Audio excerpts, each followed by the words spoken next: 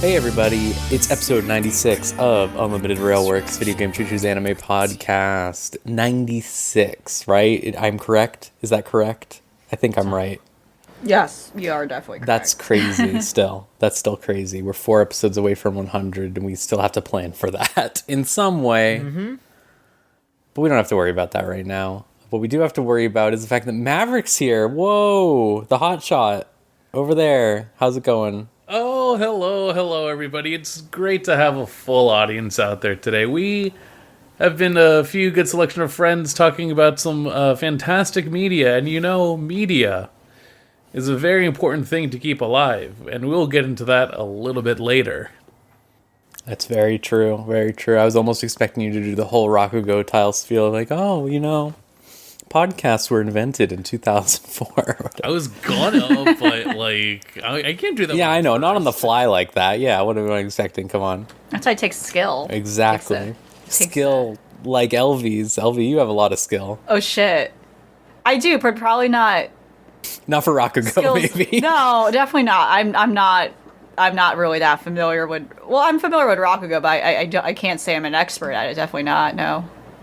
It's, you know, it takes a long time, as we see with this old man, right? It took him like at least like so old. Yeah. Yes.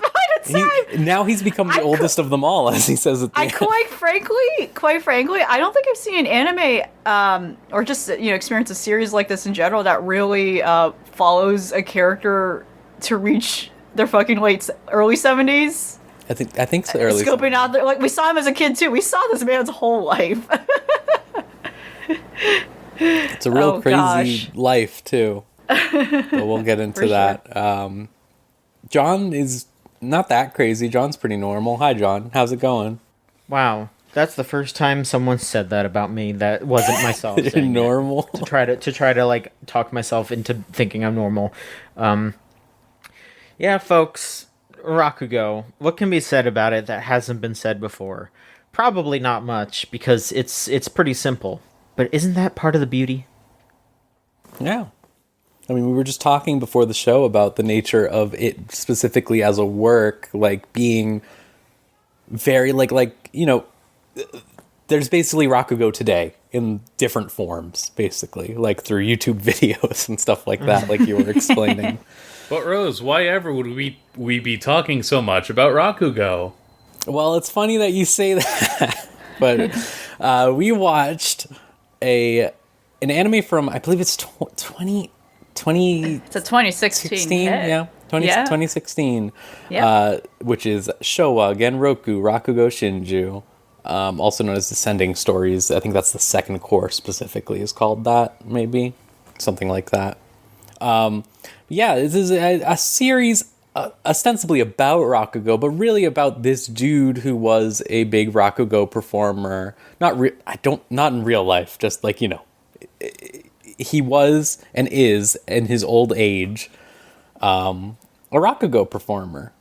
And they really like describe the trials of being that in a post World War II. A lot of it even takes place during World War II.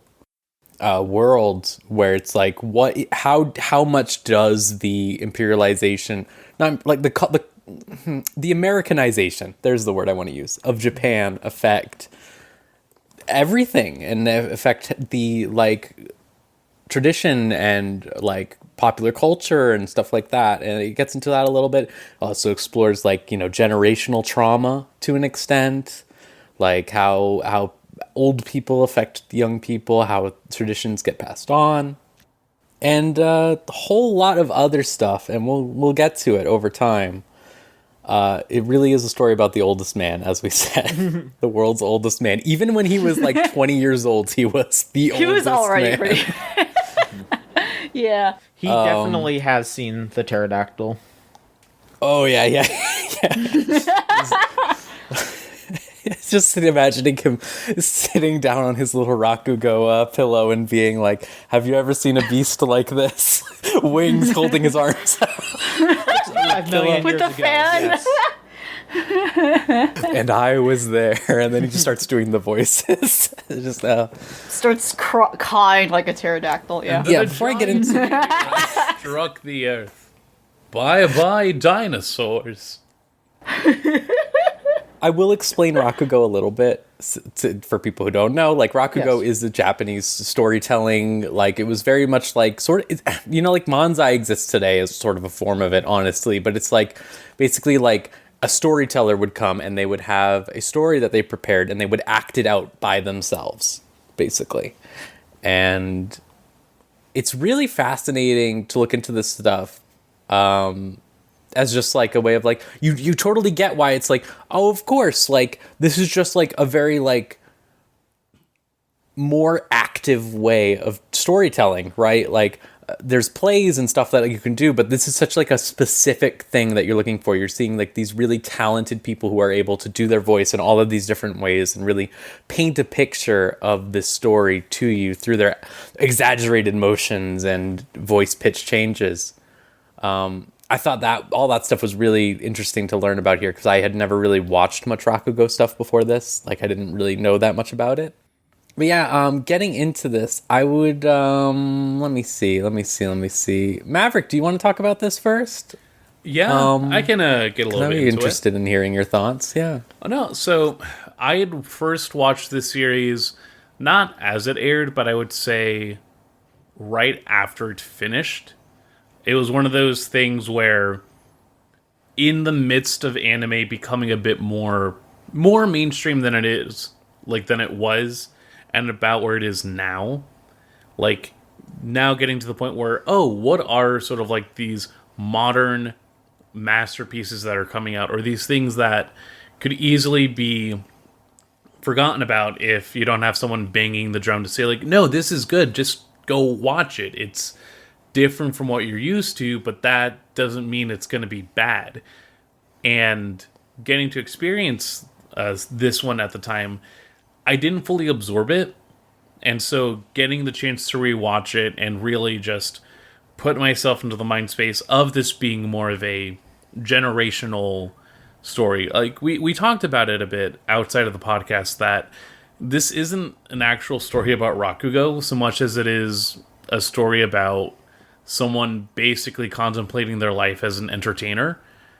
But at the same time, it feels like Rakugo is a medium where if you focus on it as your subject matter, that's kind of where you already have to go. Like, you know, Hollywood loves to make movies about Hollywood, and those end up being some of the best movies because it is just a look at the actual industry in a way that is reflective and just can be so critical in a way that you don't normally get. Or you have movies that are about cinema, but in a way that's like so different. And with Rakugo, it's definitely this focus on the fact that the stories that these performers tell have already been written. They're already laid down. They are responsible for memorizing, for being able to recite them for any given performance, to then be able to have their own character and inflection associated with them as well.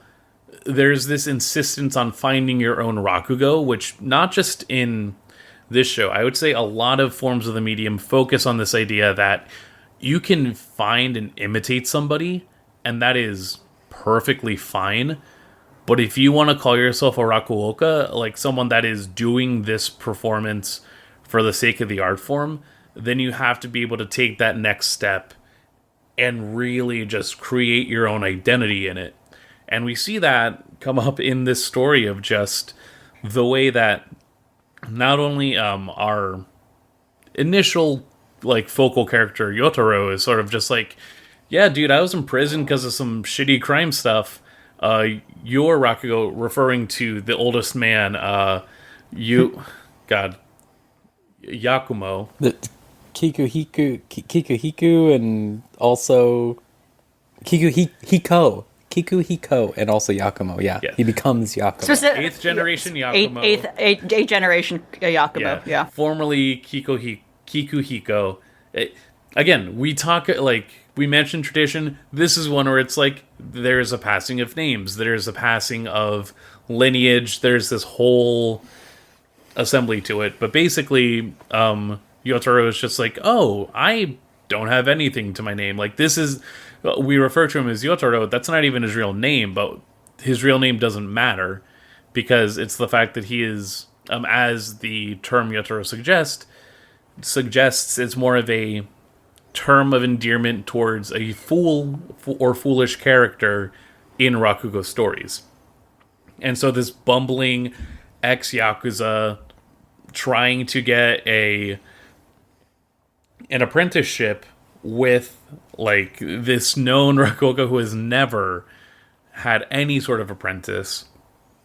You already see the foolishness, but Yakumo's already endeared by that and takes him in, and everything feels fine up until Yotaro comes to find out about another old master in the form of Sukeroku, who is Yakumo's old partner, the person that he more or less promised to keep the art of Rakugo alive with, and that discovery leads us into what the actual show is about, or this core is about, which is the backstory of Kikuhiko getting into his relationship and friendship with Sukeroku, and just realizing that, yeah, like, the fact that Rakugo already feels like an old performance, you already see that coming in the way that, like, it was already on its last legs in the 50s.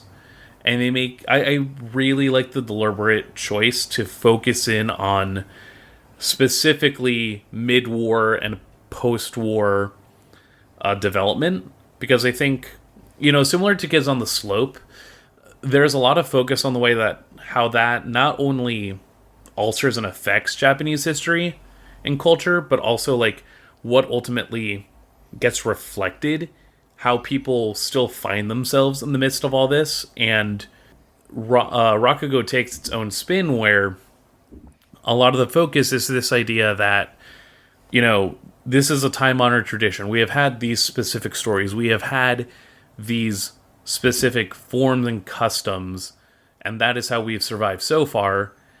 And this idea that, you know, now that we are having dwindling numbers per generation, what exactly do we need to do in order to adapt to the time, in order to really find ways to bring our specific form of entertainment into the next generation and into the future?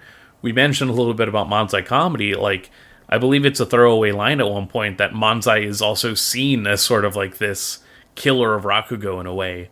But that aside, I just think it's a really well done anime. It's a slow burn, but in a way that I definitely realized like 6 years ago, I would not have been as in tuned with it, just because... Yeah, right. Even as someone who was like trying to get more to like long form prestige television or whatever, finding a serialized drama that I like stuck with was difficult.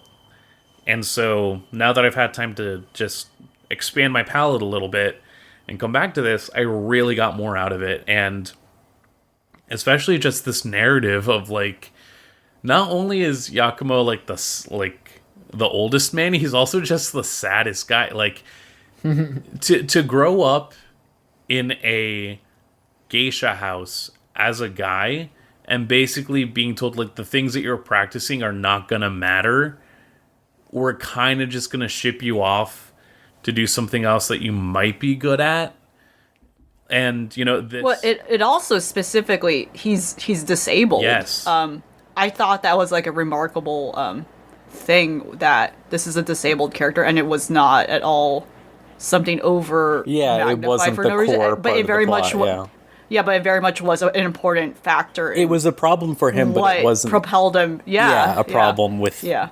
It wasn't the problem with him, if you did. Right. And that's the thing, Oh, too. absolutely. I think the implication very much he was going to be like an actor in like a kabuki, you know, which is dominantly also done by men. Like young boys portray girls in plays, but that fell off for him when his leg got messed up. Yeah, like he would have been a dancer and that would have been fine, but the fact that he was also still just learning these trades through an entertainment profession that he just was not applicable for, if only because, you know, when we talk about geisha work, that also relates to sex work, escort work. And I think, like, I just really appreciate shows that broaden that aspect of what people think about when it comes to Japan. In that it can be a very sterilized look. And this is at least another show that says, like, no, like, there's shit that's complicated as hell about what we do. Everyone here is a starving artist in their own way, and it kills us all, but we still do it because we don't know what else we can do. Mm-hmm. And it's such a... I mean, it's a very bohemian lifestyle, for sure. But at the same time, like, I don't think anything can really portray just this... It is difficult to portray the idea that, you know, whatever it is that you were learning, like, you are the last people who are keeping this tradition alive, or keeping it to a specific level of expertise and excellence that people recognize as a renowned form. There's definitely, and sort of the issue that comes from Sukeroku is the fact that, and people always state it, he does his Rakugo for the audience. He is very much a for the people individual. Never is about his appearance, is always unkempt, but, you know, it's anime, so he still looks hot when he does it. But it's this idea that, like, he is just the people's Rakuoka, and it doesn't matter to him the customs. He'll do, like, advanced plays and performances if the audience likes it. And as long as they're still applauding him and he knows that they have his support, or that he has their support, then that's all that matters. Which is such, like, an egg to the face in the way that not only most of the Rakugo world is performing and just doing its customs, but also Kiko Hiko is trying to find his own voice in the middle of all this, and it comes not sort of in trying to mimic this performance style that he's already had complicated feelings about, you know, being able to both hate and love something so intensely and realizing how much admiration you still have for it at the end of the day is sort of something that comes up where Yakumo is really famous for his interpretation of more dramatic or erotic stories, and a lot of that comes from sort of this just, you know, personal affectation. Like, he is a sad man, but that helps him make some, like, sad stories breathtaking. I think, actually, Elvie, I'm curious to hear your thoughts on it also, because you outlined it a little bit talking as well before. What's your take? And I'm very familiar. I actually did start the second season too, and I got really spoiled about what happened. So I'm like, oh, so I have that context, I think, to also carry with me. I was surprised by how much I ended up liking this. At first, I also was like, okay, you know, it was just kind of going like it was it is a very slow show, and then it really hits you. Or at least it tries to, and again, it might not hit for everyone, but it will really hit you processing, like, okay, that's why the first episode is as long as it is. There is a really important reason why you needed to know that last story.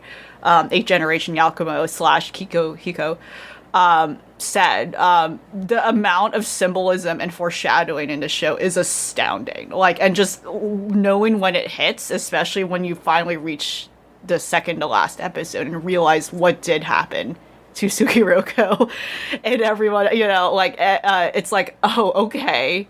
And I rewatched the opening sequence and I'm like, oh, okay, that's what that means. That's what that water means. I see. Like, there's so much about this show that has layers of, like, this is about a Rakugo, and we're kind of, like, being a little meta about it. We're also kind of, like, doing these we're making these poetic decisions about these characters within an art that is kind of like poetry in a way, right? Like, you know, again, the whole thing with Yotaro, the Yakuza newbie who comes in seeking to be 8th Generation Yakumo's apprentice.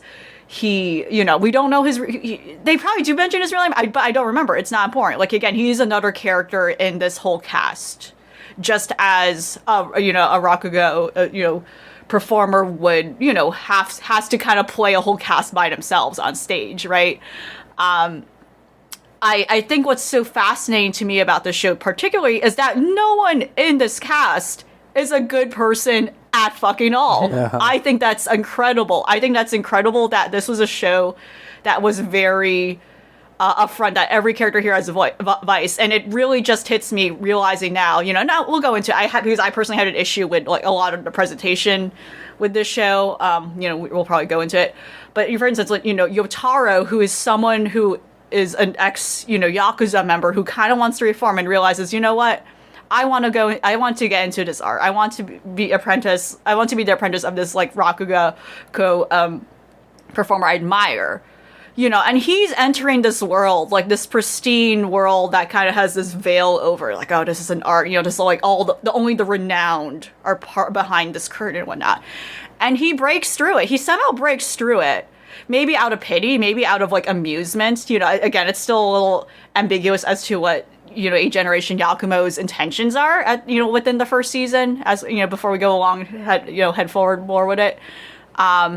But it is ironic that an ex-Yakuza member is going into this supposedly pristine, clean world of like this beautiful art, only for the series to unveil that none of these people were good. All of these people had some sort of like, guilt to them, some sort of, and that's most again present with the saddest man in the world, Yakumo, who blames himself for a lot of things that has happened in his past life, and who nonetheless may have been complicit in a lot of things. We see that in the present day, and try not to go further in, but we see that in the present day with his relationship with Konatsu, the one, Konatsu, who he's a legal guardian of for his, we as we slowly discover, she is not his daughter, but he is someone he was endowed to take care of, and she herself kind of exists there to challenge what are the patriarchal issues in something like Rakugo, and something like Kabuki, and something like just the general unfortunate history behind a lot of traditional performing arts in Japan, and a lot of like the sexist barriers and lines there are, and I think that's really interesting. That's the biggest thing that I took out of this overall is like there's this real like undercurrent throughout. Yes. About in regards to class and gender. Gender specifically, absolutely. And class as well, definitely. But like this idea of like obviously like Kikuhiko himself, like he wanted to be a dancer, right? He liked that. He that was the things he liked. So he was stuck with Rakugo, which was something he never even wanted to do. And he like warps his brain around this idea that it's like, as he becomes more confident in Rakugo and stuff, it's because he's acting more feminine and using the stuff that he learned from geisha stuff that he always wanted to do originally. And it's really interesting to see like there's this real like thing with his relationship with oh my god, I can never remember it. It's Miyokichi, is that it? Yeah, Miyokichi. Yeah. Yes. And there's this real like undercurrent of just absolute, what's the word I want to use? Like not jealousy, like gender envy almost. Yeah. Yes. Of like, you are living the life I would like to. Absolutely. It's interesting. Again, like I think it's pretty fun, like watching and connecting a piece of media that is not that old, but old enough that seeing the commentary, when it first came out and whatnot, like to it, and just kind of reading back on that, and like there definitely is this undercurrent too of like a lot of people who interpreted, A Generation Yakumo as a coded gay character potentially, which I think, again, it's not, Well, here's a funny little part of that is, again, well, I know the author, the author is I'm sorry, not she, but they, I don't know what their gender, but like they have written BL, so there is kind of like this like subtext there that is very apparent. And I think, I think the like, well, obviously like that stuff feeds into how he treats Konatsu later. Oh, absolutely. Of like, obviously he hates Rakugo still, right? Like it's just in him as this thing. And it's like, but also this idea of he thinks that he's trying to like protect her almost from like this world, when it's just like he is just being the same. He is repeating the cycle because that's what this patriarchal like viewpoint he is still, leads to. yeah, he is doing something he didn't think he himself would have done in the past, where he was pretty ostracized in a lot of ways he could not, convey and, express. But, now still to this day putting his foot down where like, hey, I've been raising this young girl, now an adult woman, like, and this whole time I could have like helped her take the reins on, because and like, once you find out, like, she passionately is into Rakugo herself, and he could have easily mentored her, but he, for some reason, fell into, again, the same whims of the cycle of like putting his foot down and being like, no, Rakugo's only for men. Yep. This is a man's world. And, when we go through his story for real and see that in full detail, we truly see that rear its ugly head. Yeah. Also the fact and very particular too with like what set the rift between him and yes, Tsukiroko, who again also like he inherited that name from like both of their respective master, who also was Tsukiroko, the Tsukiroko before them.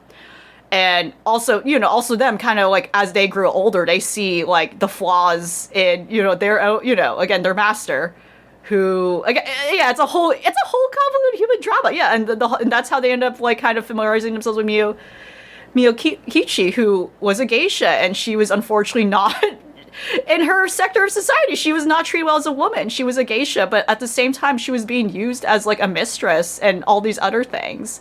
That said, I did have like a little issue with her character where I felt like she was very, one note in a way. That's what I was going to say, is you can tell this author is a yaoi artist just by virtue of how that woman is written. Yeah. It's like, how dare she get between the two guys. Yeah, and I know but for sure. They do more later from what I've heard. They absolutely do. And but it does like there are elements to her that felt very like the classic scorned lover, angry woman. But at the same time, I think it's like less of an issue because of the context of the setting we're in, the context of like we are seeing this through a particular perspective as well. Yeah. So it's not something I can fully fault, and which again I think feeds back into Yakumo is a flawed person and has his own biases and his own like warped perspectives on how things were. So no doubt he perhaps like villainizes this woman in his memories, but at the same time we see kind of the truth reveal itself and as to what happened to her. But that said, it's such an interesting interwoven series of like all these different things I did not expect. I did mention it like a little bit, but like it does remind me a lot of like March comes in like a Lion's own approach when it comes to the fact that the kind of activity that the story is revolving around isn't quite the main focus, and it's really used as like a foundation to kind of like unwind this whole complicated human drama around it instead, and to kind of use it to especially narrow in on a particular character's psychology and inner workings as well.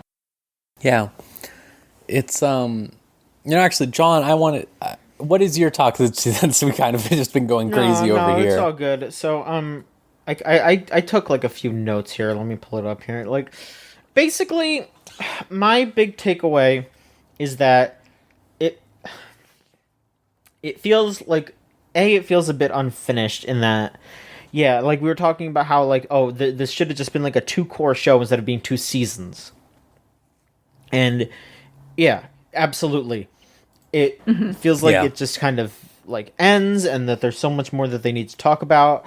And the way that the show is set up, it is so baffling that they even did the like more modern stuff at all, because 95% of the show is about the flashback, and the modern stuff doesn't really feel like it matters until right at the end. And they very easily could have just put the stuff that was at the front at the end and set up, or even just had less of it at the beginning, like have this like a cursory introduction or something like that, and then like a bookend. Yeah, absolutely. Like the fact that they put like a very large amount of that in that first episode, because the first episode is like feature length.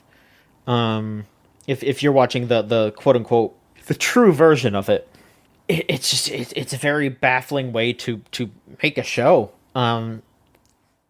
I will say that I feel like some of the drama feels like they were kind of setting it up, but then don't really go through with it.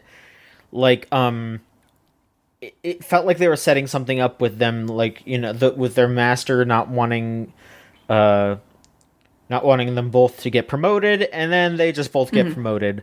There's for a while there's some back and forth about inheriting the name, and then for a while that kind of just doesn't really go anywhere. But then I do feel like that did go somewhere by the end of it. But I would just say that like some of the drama here does feel like it's lacking a little bit of bite.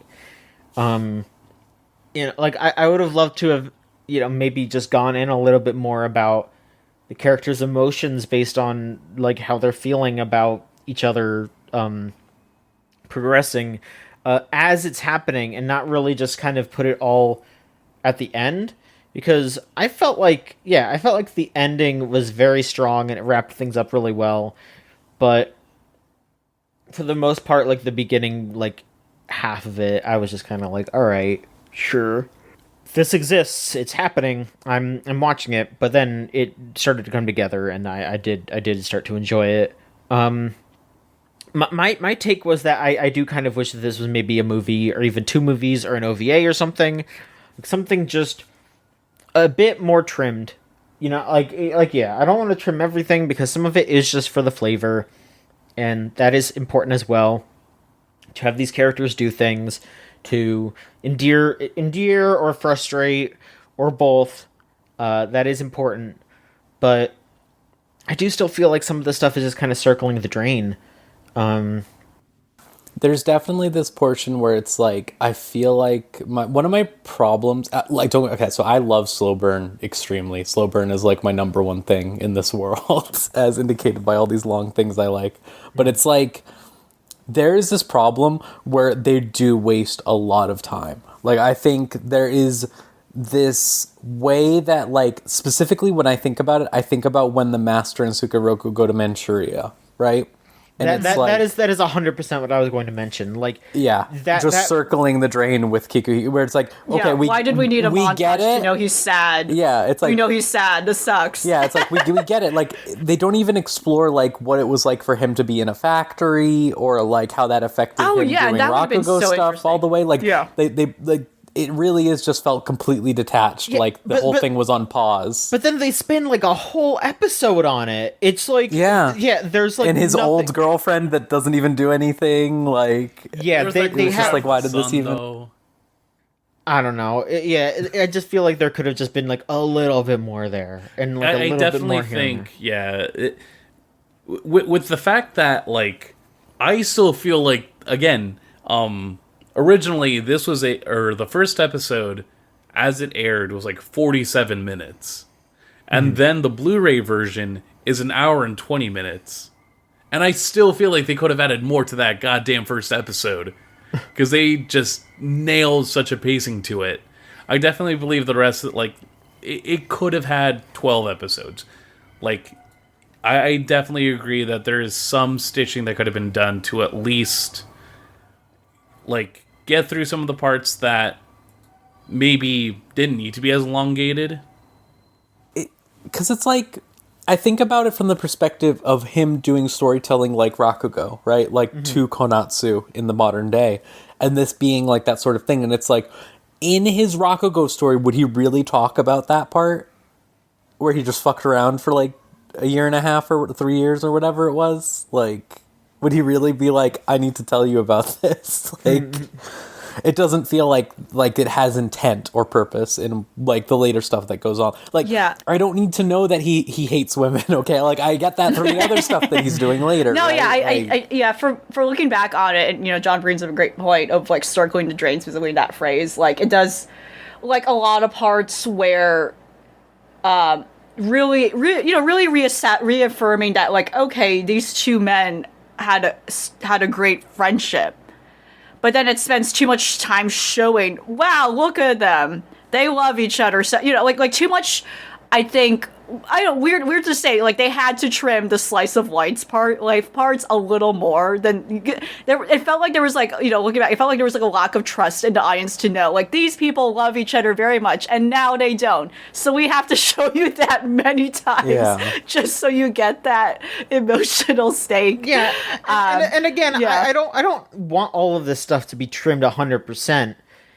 But yeah, like, it is the very specific stuff where it feels like the story just like comes to a halt, and I think the like writer or whatever felt like this was important to talk about because like the travel part was absolutely to kind of try to like like show that they are in a certain time in a certain place.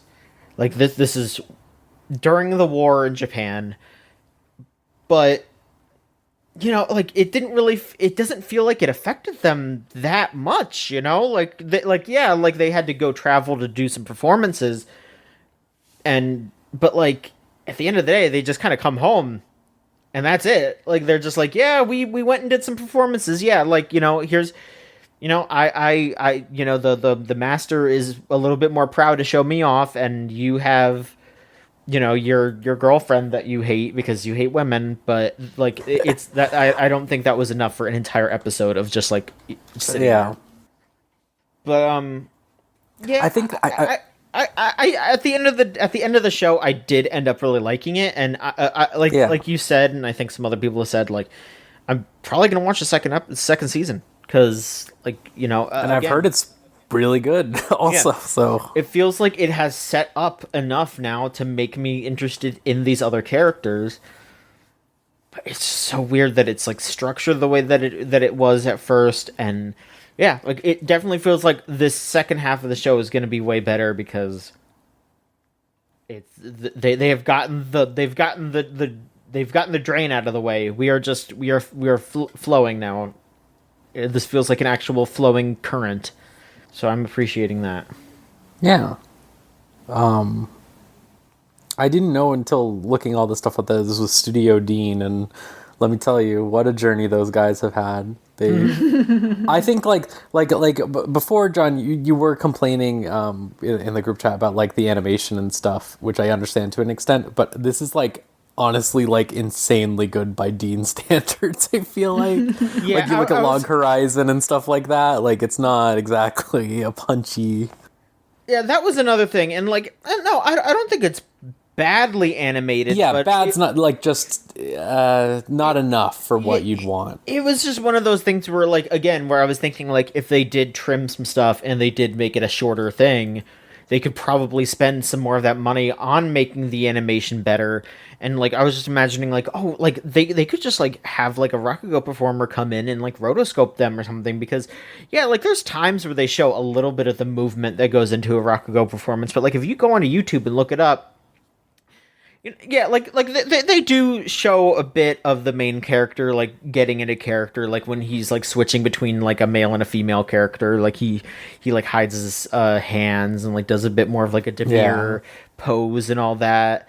But like Sukeroku doesn't really do that at all, and like maybe that's like part of his character, but I would love to just like see him being like boisterous and moving around a lot and using his prop and like like that would add a little bit more to his character. And like like the voice acting is great, and like I just wish that they could have gone a little bit harder in that regard.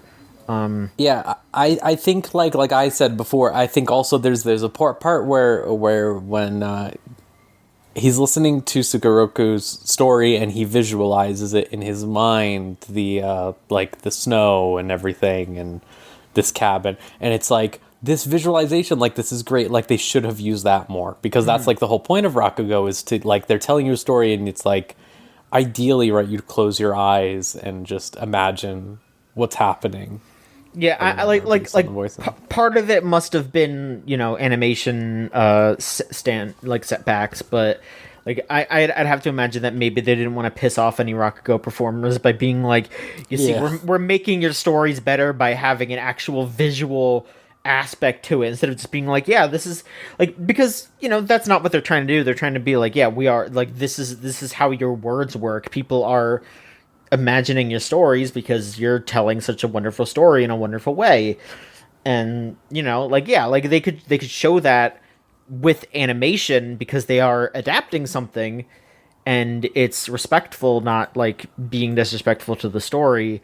But yeah, they do it like 3 times in the entire show, and like most of the time it's very light. It's like, oh, they're telling a story that takes place at nighttime, so like they'll dim the lights a little bit, basically, or they'll like show a moon or something, and that's it.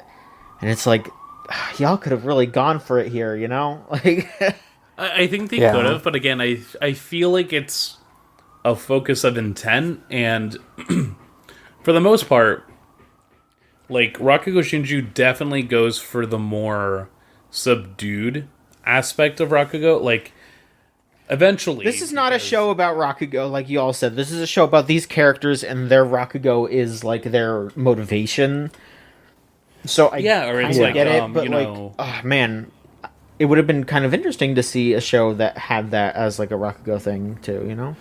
No, I mean, if you want visualized aspects of Rakugo explained in a way that feels very much like a shonen anime, not like in a shonen non-derogatory, like actually just wanting someone to get invested in what the actual performance art is, then check it. Like, eventually when Akane Banashi gets its anime adaptation, that is going to be all over it, going in on not just specific like key animation, but also probably, you know, having those visual elements and just really getting into this idea of how do you present a story when you are just the vocal part of it.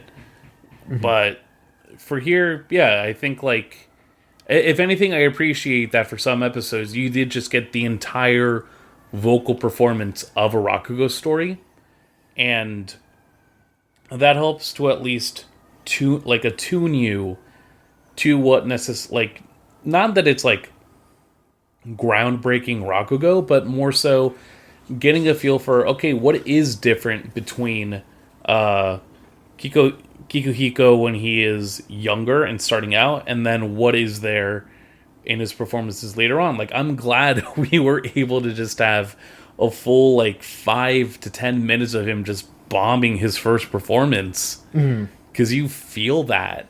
And I think the subdued nature of it, ultimately, is what helps. It is very much a slow burn. Like I said before, like, I needed to give Rakugo Shinjū some time to really, like, marinate in the back of my head before getting back to it. Even as someone that, like, started for a few episodes of season 2, when that aired in, like, 2017, I was still just kind of like, I don't know. But now I'm definitely ready to go and just blast through that, because I'm just like, oh, this is good. Like, this is really good character work. Let me just say here, I don't know if this is maybe too much sharing here, but I will just say I am very glad that I started taking Adderall, like, as you were watching this, because, like, you would not be able to pay attention. Yeah, I get for you. sure. Yeah, I'm like, no, I totally get it. Now. Yeah, like, I mean, me also, like, that is absolutely the problem I ran into, where if I had not been watching it with Robin, I would not have been able to make it through those first few episodes. I think I would have been fine for the movie, but, like, the first few episodes absolutely would have been like, what happened? Huh?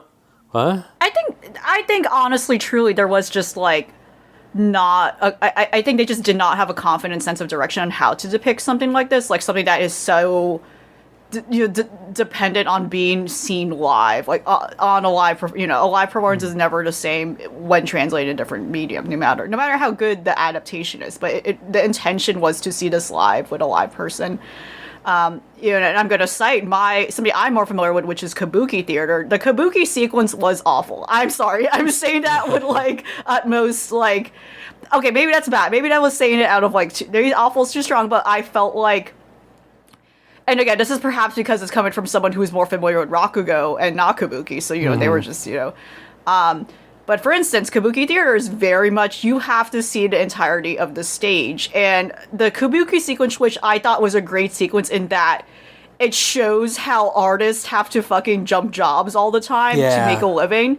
And, you know, which ties into when 8 Yakuma was, you know, much younger. Again, the whole thing was a flashback. But also showing how he had to bust tables and be a waiter at the same time, despite the fact that he was already pretty successful and had a steady Rakugo career. But he still had to do different gigs and also had to, like, also do... And, you know, he had to do something like Kabuki to, like, make good ties with the other performer in arts in that area and make connections, you know, and for that, and for him to be kind of like a celebrity guest, so to speak, in this performance was a good, you know, check for him to get exposure, essentially. But the Kabuki sequence was like treated in a very weird way, I personally thought, where they kept, you know, there was like the soundtrack over that whole sequence. It kept cutting away, and perhaps because that sequence was not meant to be like overemphasized, like, which again, the main point of the series is Rakugo, so it was not the main focal point. But it definitely did not portray Kabuki in a way that I felt like was very faithful to how Kabuki should feel. That said, it also does tie with the issue, which again goes back to the issue of like the depiction of women here, which is both like like relevant to like about this series that is exploring sexism in this particular art and in this kind of world. But at the same time, perhaps like just the weakness in the writing and direction, where the women were just probably not written well too, and just needed a little more oomph to them to like kind of be a little more well-rounded and less one note. Where I wish there was also more when it came to the exploration of geisha. You know, I felt like the only side we saw to geisha was sadly, you know, the stigma of the sex work tied to it. We didn't see much in regards to the actual like face of like geisha performance and like why is it well respected, you know what I mean? So I think there truly was just a limitation in like the vision for like how they wanted to depict these things, which again is hard. You know, like I said, these are different art forms meant to be seen live and meant to be seen intimately and not necessarily animated, right? Mm-hmm. That's fair. I think, like, specifically in reference to the Kabuki section, I don't mind it, if only because, like, it's sort of implied that it is, like, the fraternity, like, college, like, mock play. Absolutely. And so, like, it's rough, if only because of the fact that, yeah, like, they're doing this to scrap a little bit more money, get their names out there, like, they're getting introduced into the stage as, like, oh, look at it, it's our guys, it's the Urakate. Like, oh, I know him. Yeah, exactly. Like, you've never really seen it. And I think the fact that they refer specifically to it as, like, Rakugo play rather than full-on Kabuki. But I definitely get where it's this focus. And I think part of it is just the difficulty to necessarily describe Rakugo by itself without having to pull from all these other variations on entertainment, on performance. Like, it's difficult to just talk about Rakugo in a vacuum, because at that point you're just talking about the stories and then the presentation or playoff on what's there. But then part of it is having to talk about, like, oh yeah, you know, if you see it live, it's such an experience. Kids with the television these days, they can't really get that there. Maybe you can hear it from the radio and you still get some of that distinction, but you gotta go to a theater and watch it live. Like, it's weird that as soon as industrialization, like, began in Japan, you also just see Rakugo not just in the lens of what it is as a performance piece, but also just, you see it in the conversation of how close is it to basically becoming lost media. I think, like, there is an angle of me that wishes that there was more time spent with the old people, like the master and the president, specifically, where it's like, we hear Sukaroku's, like, takes about, like, Rakugo needs to change and stuff like that. And obviously Sukaroku believes that there should be traditionally a Rakugo and new Rakugo, like he does, or whatever, like more audience focused and driven like that. But it's like, I think there needed to be, like, a lot more, like, I think what's there is just fine, but there really should have been, like, more of a talk with this generational stuff, like, besides just like the sexism that goes from like that's so ingrained into Yakumo Kikohiko, it's like you want to hear about like how these old men and their ideas of how you have to do things very specifically in face of this war changing. I think like this war changing everything, like there's just too little of it. There should have been a lot more, I think. And I think that would have, but that's to make the show about Rakugo, right? Which is not like, it's about these people. But I think that would have been an interesting, like, little bit of flavor to throw in, was just, like, more about the old men, more about how these old men are causing these problems, like, how the master not wanting to actually have an open back and forth with Sukeroku, and just always wanting, like failing to see him as his own person to an extent. I think that would have been more interesting. I think when this show really turned around for me was that scene where it's, like, when Sukeroku leaves and he says this, like to fucking Kikuhiko, like, you everything was so easy for you. All that stuff. I think that was like when I really got into the show. I was like, oh man, like this is really about these characters specifically, and a really interesting to see like all of these different perspectives through this one perspective, like how he saw it himself and stuff like that. I really did like this show quite a bit, I think. I'm shocked there is not more like it. I know people talk a lot about like high schooler media drowning out everything and being too much, and this is the first time I've really been like, damn, they're right though, like for real, like we need more old men stories, or even just like 30-year-old men stories. Like that's what most of the show is, right? It's mostly them in their like 20s and 30s. And that's like instantly you get access to a range of activities and like emotions that they just do not put into that stuff. But also, I would like if it was all about old men. I think that would be great. Well, we do have an opinion sent in. All right. And again, if you want to send in an opinion, a question, etc., you can go to videogamechuchu.tumblr.com/ask. And here we go. Sensory Punk, your current roommate, Rose. You're very good friends. Robin sent in a question. Rewatching Rakugo for the first time since it aired, I have forgotten a lot of specific details, but the character drama and voice acting were still just as top-notch as I recalled. The only failing with this show is how, because the focus is on the male fraternity, the women characters get a lot less development. Some of that and other odd details do get fixed in the second season, as Konatsu gets more screen time, and we see more proof that he was portraying the girl's dead... that the main character was portraying the girl's dead parents very sympathetically when telling her the story about their life. I'm very interested to see if that's the case. Yeah. I believe that probably, right? Like, it's very romanticized. Mm-hmm. It's a story, He's being a storyteller. Yep, he is. He's telling it, the way he thinks that she'll want to hear it. Mm-hmm. I think that was also a really interesting part of it that I hadn't really considered about Rakugo specifically. It really is fascinating for them to talk about, like, I loved the way the master told this story, and I like yours for a completely different way.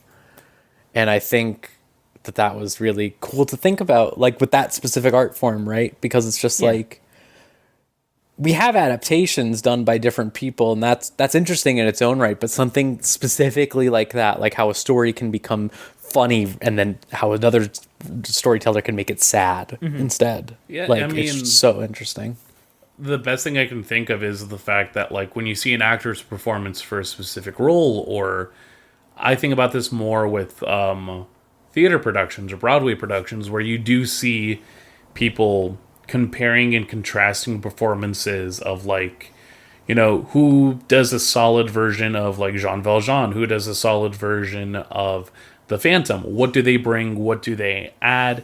Or what do they detract that might be different? And then to expand that conversation, you also have this idea of, like, what does this person do in the film version that exists in comparison to the live stage production, which is its own sort of like discourse to go about. But yeah, like, I don't know, it's cool to recognize that these are just the set stories that are available or have been available, but the key difference is how exactly people go about telling them. And that is such a specific detail to attention that I think the fact that we're still able to discuss it to an extent definitely shows just what is there when it comes to discussion of craft. I also think it was really interesting when they talked about the forbidden Rakugo that they all banned because they thought that it was like it wasn't appropriate anymore or whatever. Oh yeah, and yeah. It's like it's really interesting. I like that specifically because it's just like a lot of people really like.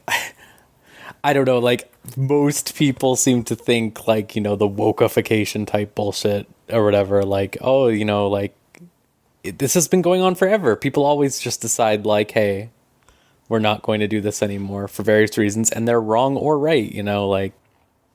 Yeah, that specifically being a case of more or less like censorship under like new regime, New government doctrine, and stuff. government. Yeah. Mm-hmm. Yeah, which like when it comes to fighting of censorship, because ultimately, you know, it can lend itself to being more destructive against like marginalized groups or voices or mediums. There is also the fact that like advocating for the freedom of performance and expression doesn't necessarily mean you have to like accept all of it, but at the same time it's having to at least argue the fact like, no, we should still be able to have these stories available. These are time-honored traditions that we want to still have around because they are good stories, or, you know, we know people that are able to perform them so well. Like, literally, Yakumo's learning how to be the horniest man so that he could be able to, like, do these, and then they just get banned, which is just such a... I could get, like... Again, this man hates Rakugo, but like he, in a way that is like it makes sense. And the opening, finally having subtitles for the opening, just made so many things click. In terms of the fact that, one, it's produced by Sheena Ringo, which I had no idea. It sounds very much like a song she would sing, but she's not singing. Exactly, a different Megumi performer, but yeah, compose. Yeah. But two, like this dichotomy of love and hate not being separate, but just like extensions, both just like very extreme extensions of just like the emotion you can have for somebody. It's such a pivotal part of this whole thing. You know, as we keep saying, this isn't a story about Rakugo. I would say it's just a story of like learning specifically how to love somebody for the first time and how to hate somebody for the first time. Yeah, definitely. I am thinking about like it really is true. Like they're all the yaoi. This is exactly how yaoi artists make women every single time. It's like just this very. I was thinking of not just Miyokichi, but like specifically the master's wife, who never does anything, and then it's like he leaves and she just like doesn't eat food she's, or like, anything sad. and everything, and it's just like, and then she's fine just again and not a never real referenced character. again because it doesn't matter, right? It's just like it doesn't matter. I'm curious to see how Konatsu goes and see, because like, even Konatsu becoming like pregnant at the end of the series is very much me going like making a face at you, writer. Like I don't know. Like, is that all a woman can be to you? She certainly does become super important. Like as it's pretty much alluded to. Like of course, like it's the whole thing with her very complicated. If not very tumultuous relationship with, you know, the man who ended up raising her, you know, Yakumo.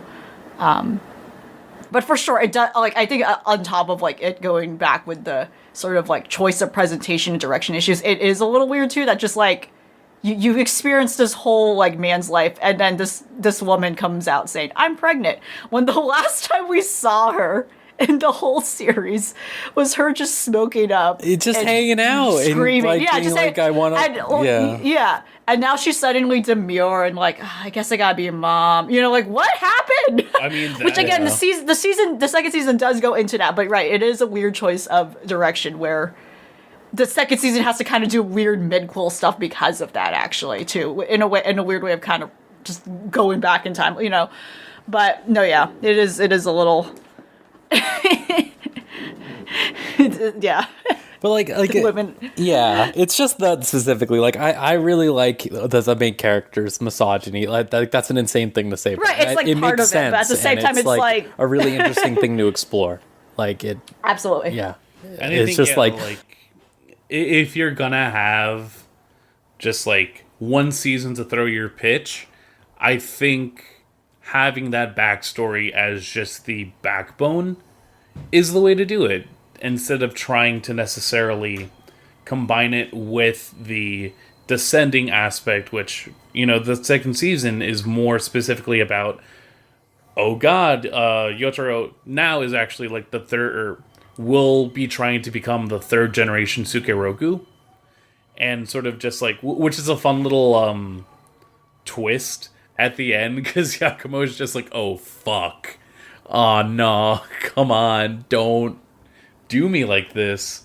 But also now the story is just like, okay, you know, we're late 70s, and I think that is what, like, it's just inadvertently, it just does such a good job to set up this second season, where we have seen like mid 40s, late 50s Americanization, and now we're just gearing into late 70s, early 80s. And so not only are we trying to see what this medium is going to look like as that bubble period is going to start to ascend, but then also it is just like the fact that technology is advancing, customs are changing, things are getting so different that how is, you know, the way that we frame Yotaro Sukeroku, like, how is this one guy going to be able to basically keep the culture alive now that we've learned how it more or less came down to two people, and then it came down to one again for a while? It's good. I hope that this will finally be the one where we get to like 2 episodes from now and we're like, yeah, we've all watched some finally, because I feel like every time we get stuck being like, yeah, we're gonna watch it, but this time for real, I'm going to watch this shit. It's been sitting in my queue for a while. I might as well. Yeah. The real show now. That was whatever. Show. I don't know what I would name that story, but it'd be something. I always like that. That was our Rakugo show. Yeah, that was our Rakugo. And, you know, we're kneeling and then we bow down. By the name Thank you for listening. A little story by the name of the 4 podcasters. The 4 podcasters. What's our... Is that the... No, but then what's our collective... Are we a group? No, or do we have a that's the name of little the name story. banner on the side? What does it say? Yeah, the story is the 4 podcasters. Got it. Our group, I don't know. It has to be something like fancy. Mm-hmm.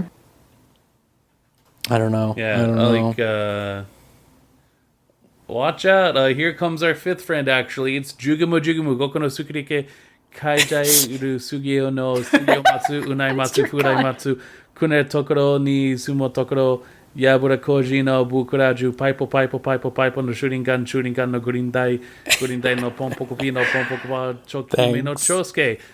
And there he goes. Classic. Thank you. Good work. For Wow. your work. Good work. Thank you for your service. Kanebanashi actually commits an entire arc about why that story is supposed to be funny, how people can't make it funny, and then how the main character actually manages to do it in a way that the guy is like, oh, fuck, you're really giving me a hard time with how good you are.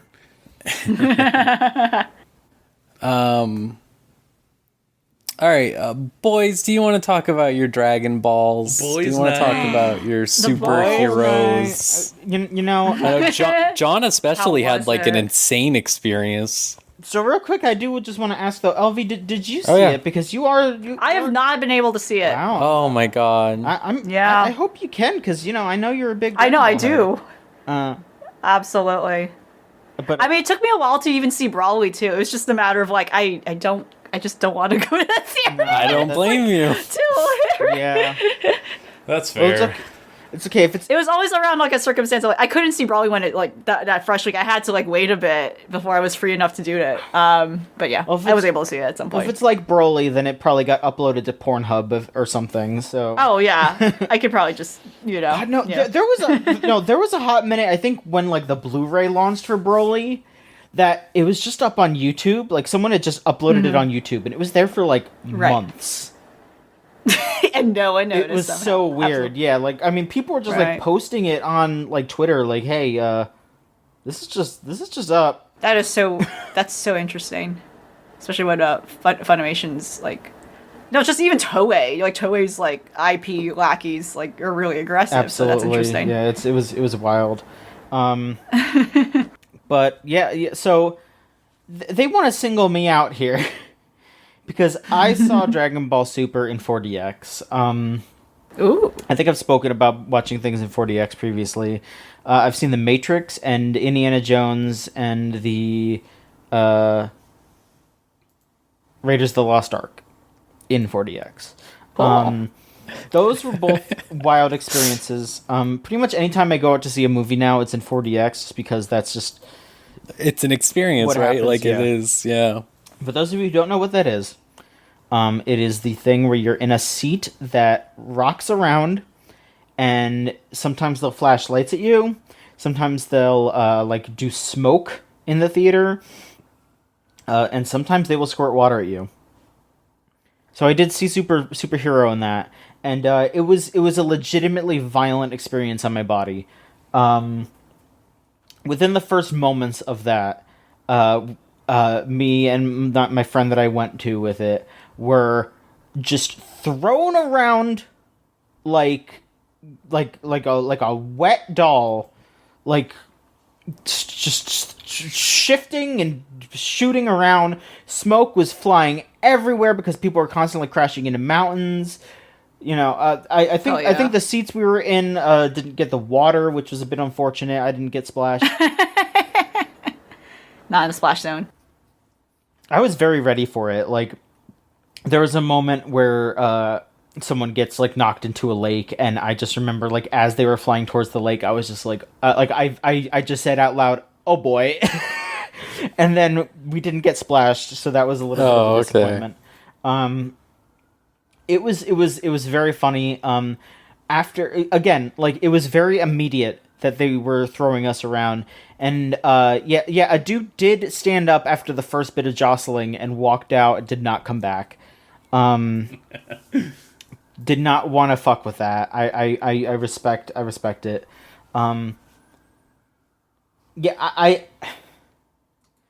would not recommend to go see a movie in 4DX. Unless maybe you've seen it already, because it is pretty distracting, I will admit. Like, maybe if it's something like Dragon Ball where you're just like, oh, hey, this is goofy, you don't have to think about it too much. And I had seen The Matrix already, so that was fine, but I don't know, I probably don't have to rewatch Raiders either, especially because, like, there were just, like, a few action scenes, and it wasn't too much. But God, I'm just imagining like something that is very action heavy, but also has a lot of story at the same time. That seems like an absolute disaster. Like if I had seen The Matrix for the first time in that way, that would have been a really bad way to watch it. I suppose pick and choose.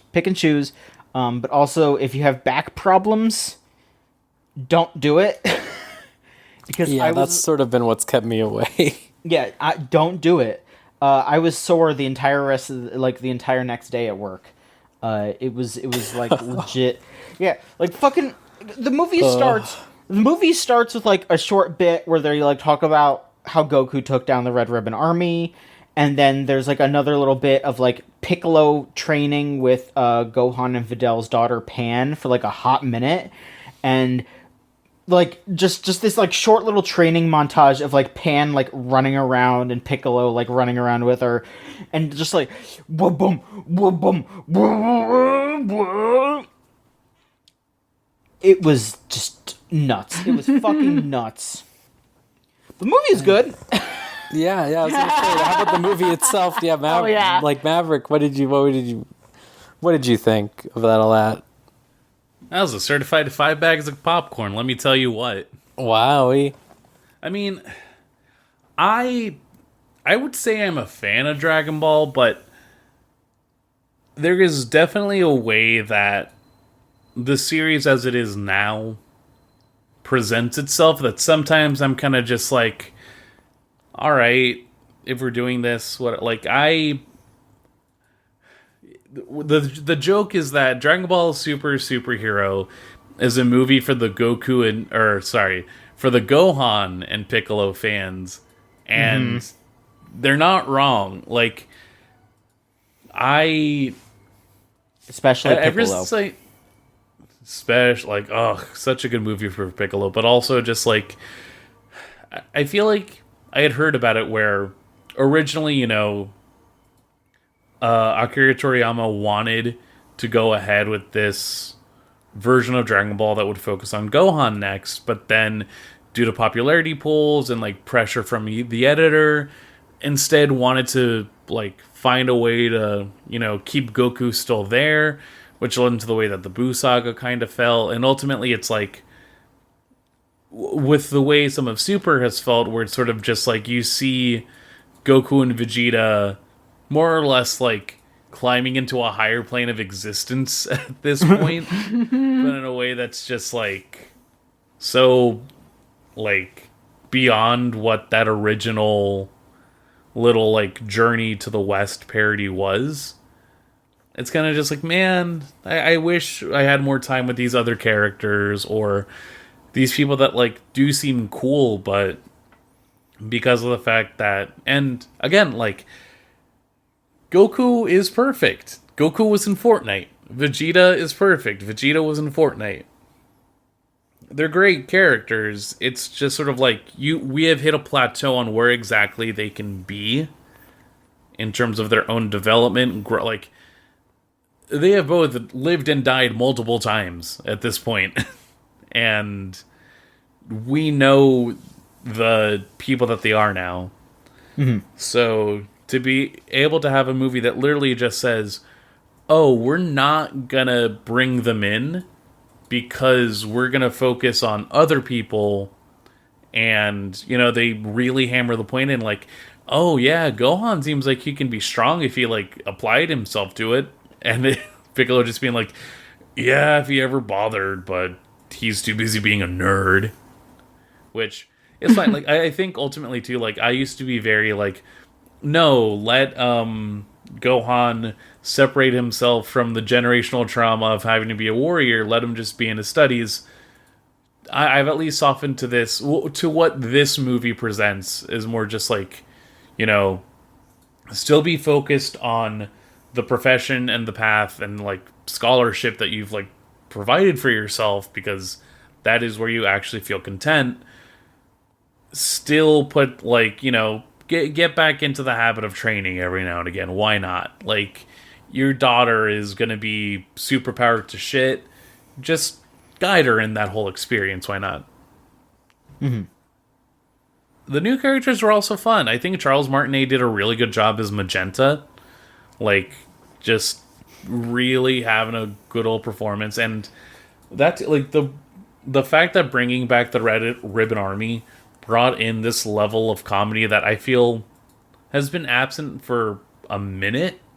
And I know Super brings it back in like pieces, more or less, but it was good to just see ultimately, with the threat of some other stuff coming by, everything else was sort of just like, all right, we're just going to play along.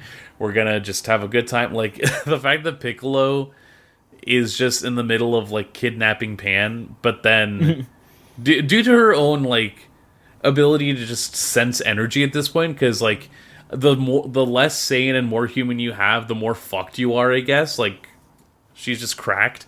But, being able to just go like, okay, so I need you to pretend to be like you're kidnapped while we go ahead and like take care of this stuff. So then that way your dad has an excuse to fight again. Like, just letting the audience know, oh no, there's a little bit of stakes, but we're just having fun here right now. I also appreciated that. Yeah, shit goes hard at the end. Won't spoil it, but God, yeah, the stakes do get high, and it's a lot of fun. The 3D is also good. Like, the CG is... It looks good, effective. yeah. It's, you know, like, I wouldn't say it looks as gorgeous as Broly did, but... Yeah, I was going to say, Droly did that stuff too, so... I mean, like, this whole movie is in 3D. Like, it's all 3D animation, and it looks really good. Like, I would not be upset if they just straight up, like, did, like, you know, because the Dragon Ball Super manga is still going, and, you know, I don't know if that is fully canon or not, because, you know, they have, like, a whole nother, like, arc that they haven't, like, animated yet. You know, they could do another, like, season of the show, or they could do a movie or two based on it. But, like, I wouldn't be upset if it looked like that. Like, if they were like, yeah, here, let's do this 3D, because maybe it might be, like, a little bit more cost-effective to do it in 3D. But if it looked anywhere, like even maybe, like, a step down, like, just a step down, that wouldn't be that bad. It would probably be, like, you know, I mean, they might have to get the folks that do Beastars to make sure it doesn't look like doo-doo brown. But, like, you know, there's hope here. There's hope here for something like this. For a movie that, like, is also just, like, this passing of the torch from Akira Toriyama to, like, his son, which I also didn't realize, like, this is now his son's, like, foray into just, like, what the direction of Dragon Ball is going to look like, which love to have themes, not just in my media, but also then, like, reflect real life.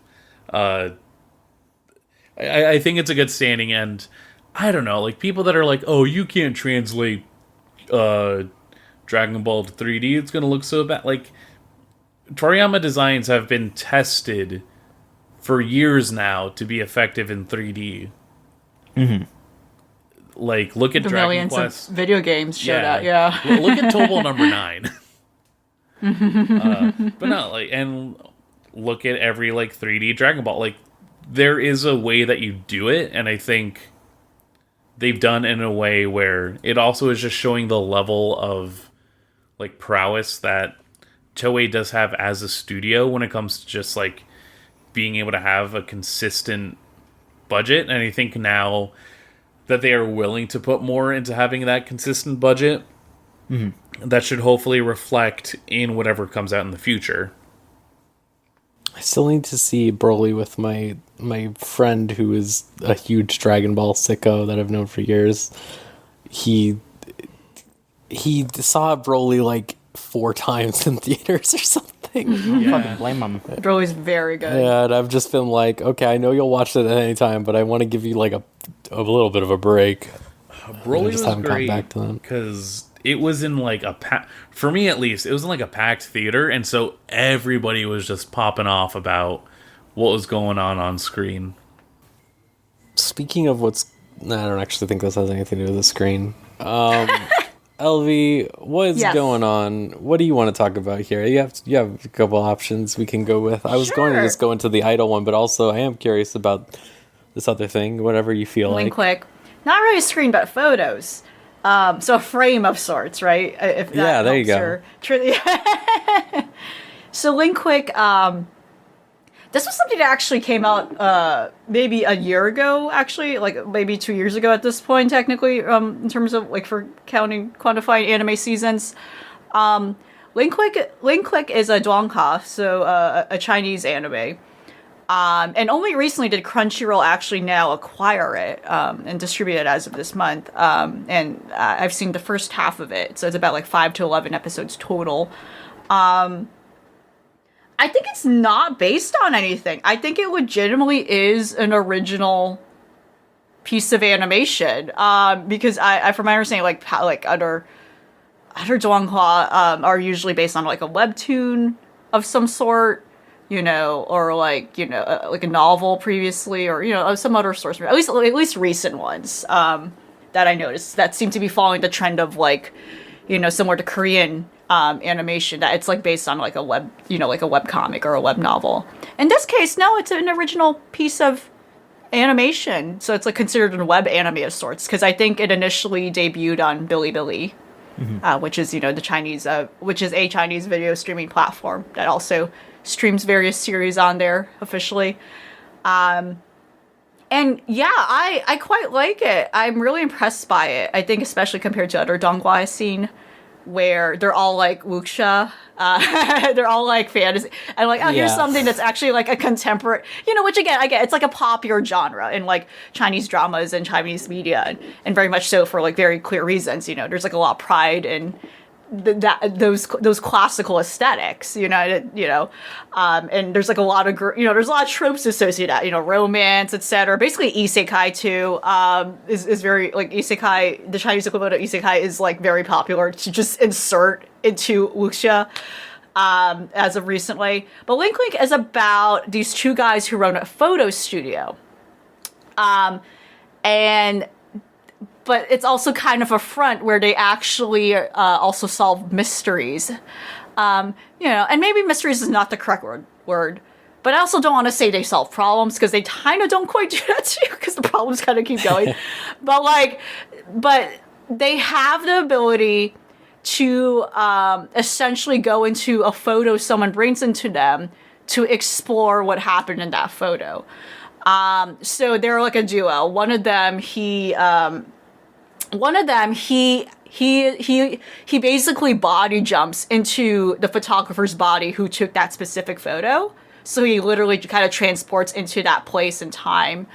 And the other person kind of has like preemptive kind of I don't know what's the right word. He has kind of foresight into knowing what's supposed to happen next, and is able to specifically remember all those memories lost associated with that photo. And it's really cool because, within like a couple episodes too, they actually show even digital photos count. So you can jump into a smartphone, anything counts. If it's a photo, like a taken photo, not necessarily, as far as I know, illustrated photos, no. But like actually a photo, something that's categorized as a photo, they can time jump into it. And what they do is they're trying to basically answer, questions people have. Like, say, at one of the episodes, it literally is like they're trying to find like some sort of secret to some sort of scandal, because they want to take vengeance against like this this company that mistreated them, etc., or rather that has wronged someone. So it's a whole thing. So it's not necessarily like straightforward question to answer, but they're trying to uncover some sort of lost piece of information that is key to helping someone out in some way. They have a whole thing where jumping into the photo is not an isolated bubble of time. It really actually is. You are jumping into that point in time and can potentially change the timeline, like, whatever situation you're in. So they got to be very careful about it. And that's why the person with the foresight, the other guy who's staying in the present day, has to be very strict about dictating what should be done next, like they literally have to follow a script. But of course they run into that moral dilemma, not that long after. As with any time travel, like events altering a story, like, oh shit, I can change things, feeling like you got, like, oh shit, this is bad, etc. Like it was very, like first episode alone was very like, wow, like, they really go into it, just to say it clear, because it's the first episode, but like, they're experiencing like this woman, they're in the body of a woman, and they like experience basically sexual harassment, like in trying to confront like the situation going on at her like pretty shitty workplace, etc. And it's like an interesting like kind of chipping away at this at this duo over like, what are we doing, is there, can we do more than what we're being asked for, etc. And like those are some of the moral questions that are being asked, etc. Throughout the series. And again, they have like the one girl. Like, you look at the series and it's like, oh, okay, yeah, there's like an obvious BL subtext here. Probably more than subtext, let's be honest. But then you have the one girl who's just there too, because they need that one girl to be there. I don't know. But she's also the kind of the tertiary person who's just there as like the straight man, so to speak, who's always also checking in on them. She's also kind of the person helping to like, she's kind of like their landlady too. She's like the person who's helping to like, helping keep up their front as a photo studio and doing their marketing, etc. Be like, yeah, okay, we're not doing anything sus here, obviously. The last, like where I end, which is basically, again, halfway through the series, which from my understanding, actually, the series is like only 11, 12 episodes, but they consider 5 episodes one season, which is interesting. But from where I end, like, yeah, there's like, it ends on a cliffhanger note over like, whether or not someone finds out they're doing some sort of like supernatural stuff over here, It's again, they're not openly advertising to their clientele over like, yeah, we can do this like kind of crazy shit for you. Do you want us to time hop and like help you out with something? Like, no, they are seen as a regular photo studio that does regular photo studio things. And again, it's one of those things where they depend on rumors and people just going if they know, kind of like, yeah, again, classical archetype of like, oh yeah, there's the secret magic shop, if like triple X holic, like if you know about, Yuko, the witch, time witch, you go to her, but if you, or like, again, the whole thing where like people don't know why they're going there, there seems to be some sort of otherworldly influence that leads them there for some reason. But otherwise, yeah, it's a beautifully illustrated series. The animation is really good. I think it kind of captures this particular art style that's very, I don't know how to describe it. Like there's this very particular aesthetic and like Korean, like in Korean and Chinese like art style illustrations that it's not quite, it is similar to this art style of like like Japanese art, but there's something about it that is very distinct in its own quality in its own way. And they captured it really well, where like every frame, if you were to pause, it feels like a very solid illustration on its own accord. And it's just captured really well. I'm not sure what the studio, I feel like the studio that, this particular studio has done To Be Heroine before, which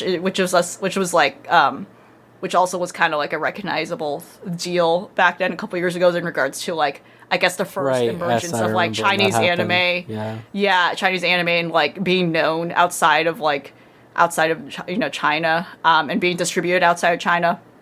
And overall the production quality is really good.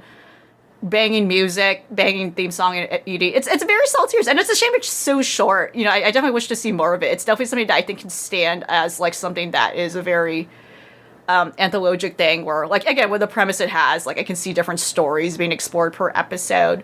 For sure, though, it has that like its rocky points where the last 3 episodes out of the 5 were just the same story. Like they like similar to kind of our different opinions about like how Rakugo kind of stretched out in ways it didn't need to and circled the drain. It kind of did that too. It's like what it stretched out one story across 3 episodes for some reason. Like and it didn't need to do that, but it very much felt like the case of like, hey, we're testing the waters. We don't want to like, throw in everything in there, or I imagine so maybe it was like a series too. Again, if this was an entirely original series, I imagine too there might be just a whole like, again, issue of like, oh shit, we didn't write enough and we got to stretch it out, or we're kind of making it up as we go along, sort of thing.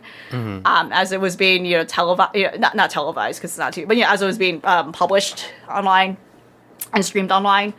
But overall, like it's very good, and it's a very promising, I think, not future, because that's very incorrect to say. Like, no, Chinese animation has been very good for like a long time, if not longer. And a lot of people, just finally like, getting out there. Yeah, no, it's finally getting out there, and people don't realize like anime has been probably, I don't know about anime in particular, but there's been like a lot of sources of animation that has been outsourced to China, and people don't think about that or don't realize that or know that.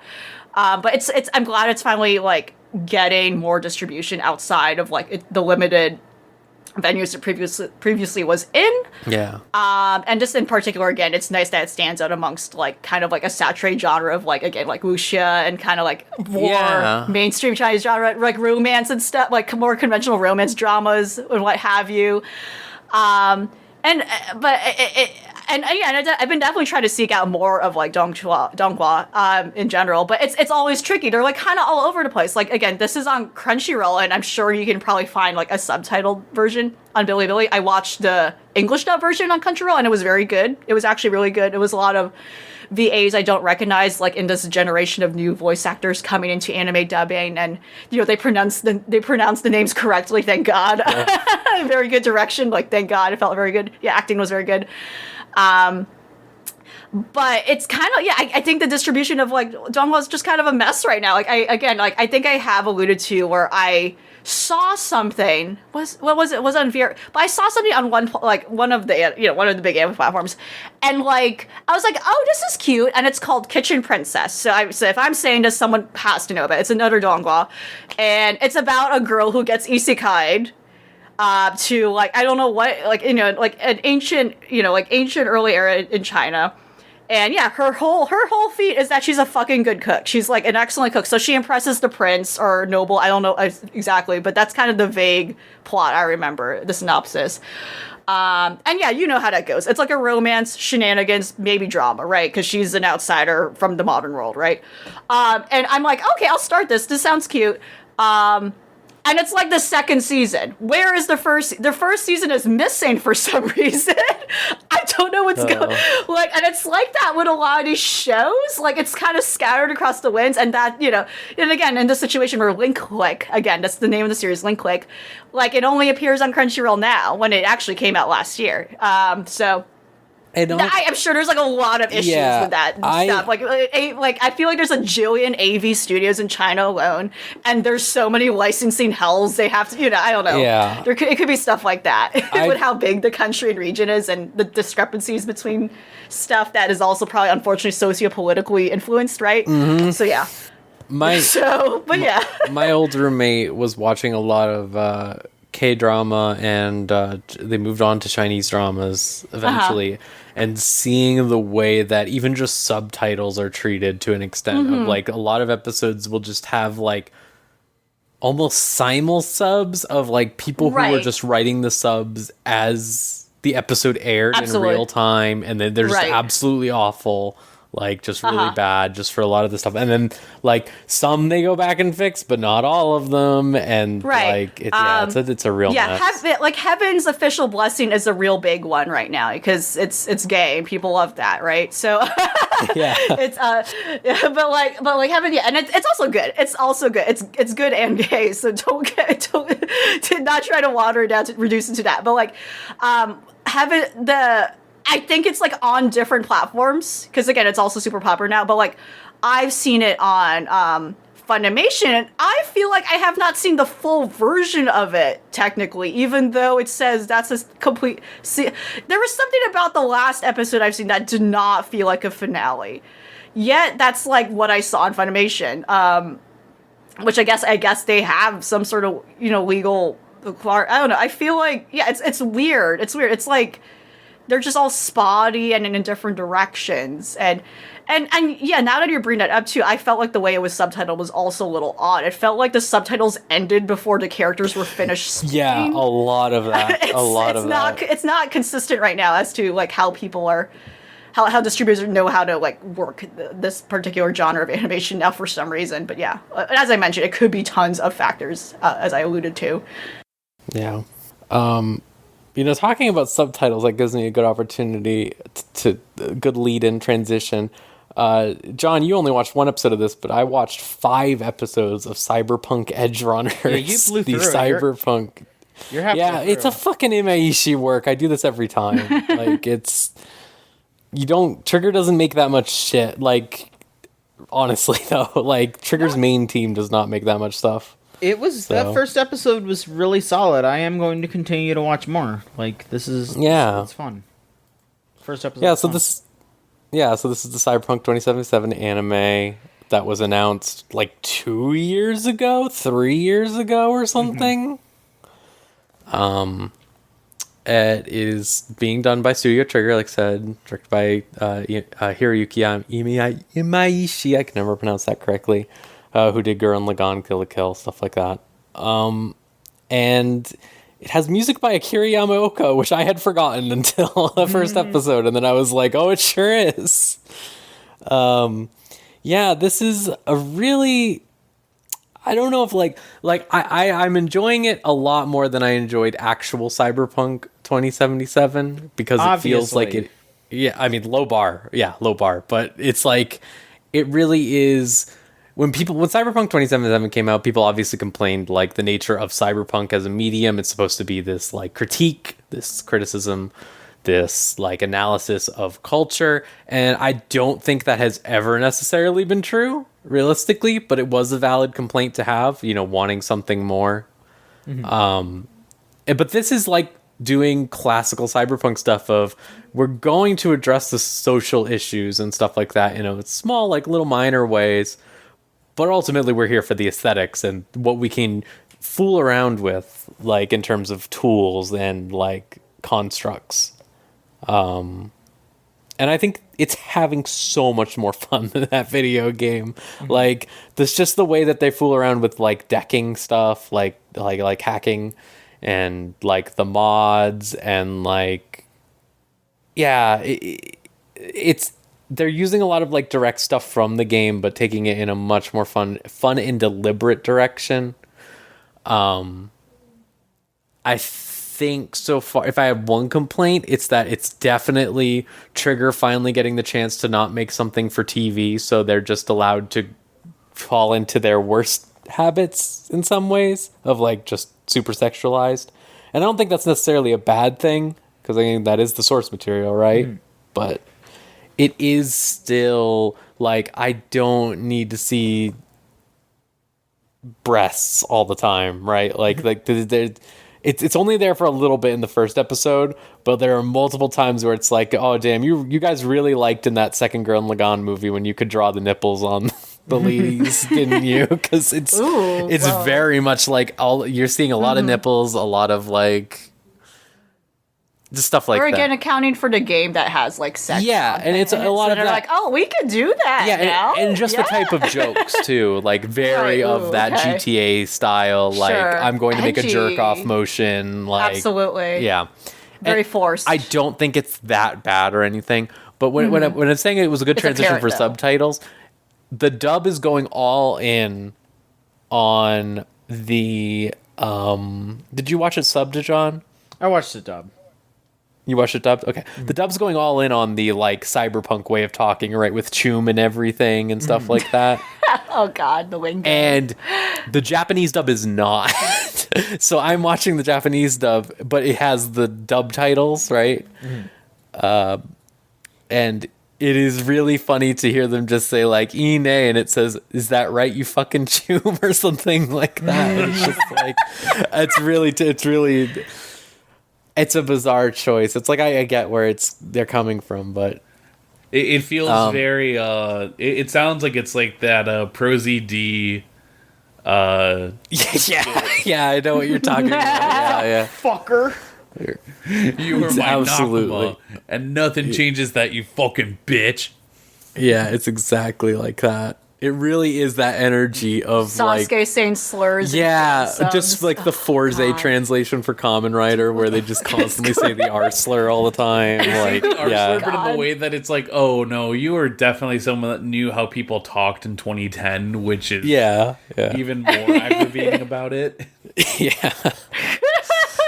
No, like from a production standpoint, this looks like the best of Trigger stuff. Like that, this looks like this has the great animation of Kill la Kill. Like a lot of work put into the backgrounds. Like Maverick, you did the joke of like, does it look like it could be the background to a synthwave track or something? But like literally, like the amount of detail put into all this stuff, like I would say it's better than the game in that regard. Like just, and obviously that's because they don't have to render a model of it, right? But it's like, it really is like so much detail. Like they put the fucking UI from the game in when people are talking to each other over the phone. They put the fucking like open world text box in the top left phone call UI from the game there, and it's like, God, it's pretty good. I'm not gonna lie.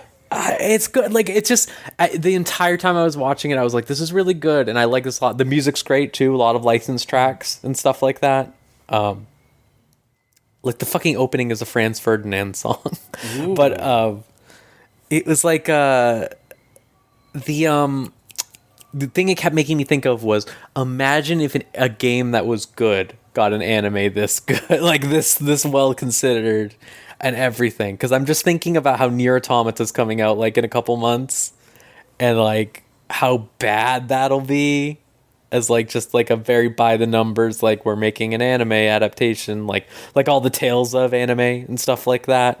It's just like, God, it would own if they made like a Dragon Quest anime where they have to open up the fucking menu for something or something as a joke. Like, just something like, just that consistency of world, right? Like this representation. I that's the stuff I love in games and stuff, and just seeing it here is really good. I'm curious to see how it ends up going. I'm curious to see what angles from the game they end up taking. This seems to be taking place like around the same time as the game. I mean, I guess it could take place at any time, but the MILF is there. She was in one of the episodes in the background. But the thing that stands out to me here extremely is just that Imaishi has like 3 ways he can interpret men and women. It's like, men can either be a cool edgy dude, the nicest the nicest man you've ever met, optional, very large, and C, just sex criminal. And then for like women, it's just like edgy, really mean, and stupid. And it's These just like you have are really yeah. So the Splatfest getting crazy with it. I would love that. I think it'd be better than the Splatfest they just announced, which is like a really insane one. Whatever It's big like- man chooses, I'm going with it. And if he's playing cards at the island, I'm playing cards at the island. I was thinking of that tweet that's like all the options are the same. That manta ray's always right. Yeah, it's just Whatever, this tweet was Uncle like, I don't even play this Fortnite's game. better than both of I them. saw him and I'm like, yeah, it's just big man says Fortnite every time. tries to do like the dance with his fins. Oh, it's so Oh, good. God. Thinking about it, yeah. He's so... But big But man yeah. Cyberpunk. Put big. There is a big man. Like I said, like all of those types are represented is what I'm getting across. Like they have all of them. The thing I also like I said, they're having fun with the cyberpunk aesthetic. Like when they're putting cyberware on people, it's not just like fucking Bato, right? Which is kind of what Cyberpunk 2077 the game was limited to. Bato from Ghost in the Shell, just like, oh yeah, you have a cyber jaw and some eyes or something. Like, Oh, your eyes look a little that's weird. crazy. And like here, it's like people have like Dr. Octopus arms. People have like shit. like visible spines that like have guns Right. attached to it, and like the fucking like there's like a dude with really long arms. One of the main villains has 3 eyes on the right side of his face. Like. It's all just having fun with it. Like it feels a lot more like open and like just having fun. Just having fun with the punk part of things. And they say cyberpunk a lot, at least in the Japanese dub, in a way that I really like. It feels just a lot more fun, which I guess is probably just because they had years to make it, and cyberpunk was crunch hell, right? But it's like. Yeah, it is nice to have something good. I don't know, obviously, all the way through yet, but it is nice to have something good come out of this in the end. Like, at least something that is remotely enjoyable. But yeah, that's all out on Netflix right now. You can go check it out. It's 10 episodes. It's only 10 episodes. Yeah. So it's pretty short and nice. Maverick, we are also I watched both of these shows all 3 of these shows, I guess, realistically. I don't know if there's one you'd rather talk about over the other here.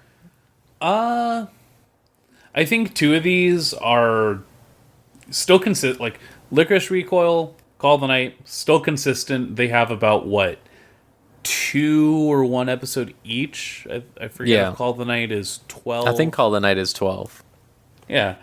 Honestly, they are like, we'll talk about it by the next time that we're having an episode. I do not foresee them shitting the bed at the end of this. If you haven't seen them already, go watch them. They are perfectly worth your time. Licorice Recoil, I will say, is probably my original anime of like the year at this point. It's pretty good. For me, I have a couple issues. It mostly comes down to like this. I would rather have seen this as a movie. I think this would have worked a lot. Like, I think it's the pacing is really good for an episodic thing, but when it comes down to like the story they're trying to tell and the like what they're swinging for, the level they're swinging at, I think just straight up having an action movie would have maybe been a little better. Yeah, I can see that. And I mainly say that because otherwise I would want this to be a core and a half core series of like a lot more filler in the first 12 episodes and then this last arc as like a 6-episode thing or something. Yeah, I could see that. I think, again, for what it wants to do and for what it like feasibly could do, it definitely does a lot to just it manages to at least stick to a solid landing or stick to a consistency. There are 2 episodes left on it. I have no idea how they could go still. Yeah. But I have, like, my other complaint is definitely with just one very specific thing, which is that I am worried about how they're going to treat the licorice situation of it as an entity, only because that last episode had a real nihilistic view of people, I think. Yeah. Like, very specifically, to give you guys an idea, it was basically like that there was a situation where, like, the main dude put guns randomly around the city or whatever with the intent like, oh, I'm going to give it to the populace and then they'll cause chaos or whatever. And then like as part of his later plan, he's like, hi, revealed that these licorice are secret police basically or whatever. They're all high school girls or whatever. And they've been killing people this whole time to make peace happen. And then like it just cuts to this like girl in the middle of the crowd and everyone's staring at her because they realize that she's like a secret police person. And then this like normal businessman just goes, oh my god, and pulls out one of the guns that dude gave out or whatever and just shoots her instantly. Like a 17-year-old girl. Like, okay. And it's just like there's a couple other things about that. It's just like very like, oh, you think people are just evil. Like I don't even think that was the case. I think it was just, like I said, it's very action movie ideology. And I think they're trying to hit too high for what they want to actually say with a lot of the subject matter. I think they're especially right now, I think, where it's like that dude had a gun and he just used it for that very specific purpose, you know, like it's a very weird discussion point that they definitely did not foresee having to deal with, but definitely should have been something that made them go, Right. I mean, yeah, you're not wrong. I will say, like, again, gun conversations are kind of weird, or they are at least different in parts of the world where there is at least actual gun legislature, and so something like this is sort of like a high-stakes situation in the fact that, like, oh, you've brought over, and, you know, not to say that, like, oh, 100% none of this ever like bleeds over, but the level of accessibility is the thing here that is sort of like focused in on the fact that like, oh no, I am literally just cherry picking locations for you to have a much more active situation to like provide yourself in. That said, I hope that they end it with Chisato gets the doohickey, and that's how she gets Majima. I think that would be good, yeah. But you know, no, just highlighting those because of the fact that they are still ongoing. But honestly, like, every time we've brought them up, they've just been good. Definitely, yeah. And I've watched more of Call of the Night now. I'm on like episode 5 or something like that, and I definitely like it a lot. I think that you were completely right in everything you said about it. I agree basically completely, so not much new to add. Fair enough. Latest episode was fun. It was in a maid cafe.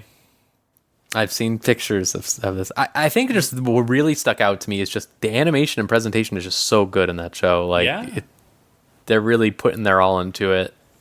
They really are, but no, I think the thing that like we could definitely focus a little bit more on is just the fact that new Kamen Rider started. Yep. Yeah.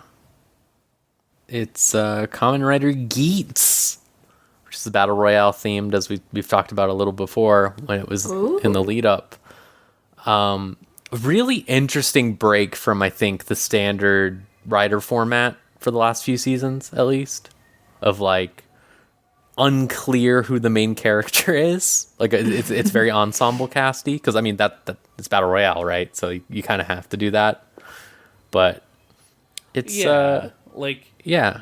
You basically have what is the title writer, so to say, but whereas the last few have definitely been more like focused on one writer and then maybe secondary characters, or the whole, like, there is always an ensemble, but here it harkens back to Ryuki in terms of this is a death game, this is a battle game. Like, they aren't necessarily fighting each other, but so the whole setup is you have these entities, these creatures that are manifesting around the Earth.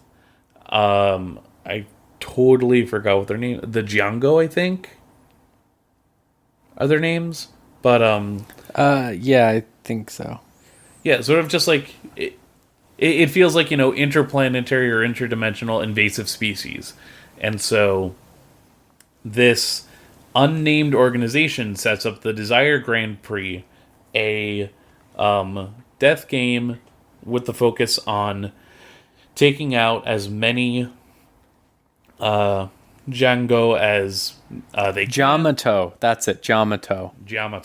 Yeah, right. I don't. Yep. Because it's like Virgil's sword that I forgot. Exactly, the Yamato, and the Yamato. The Yamato. The Yamato are invading, and it's sort of like an attempt to call the numbers and reduce them so that there is world peace.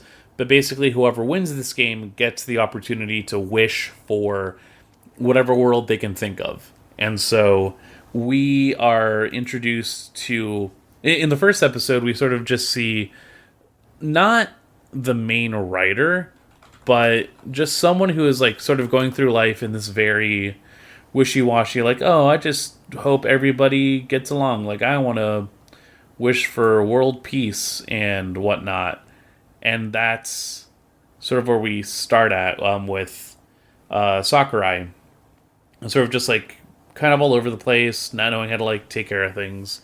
And he's talking to his girlfriend where all of a sudden the Yamato attack, and it's like end game.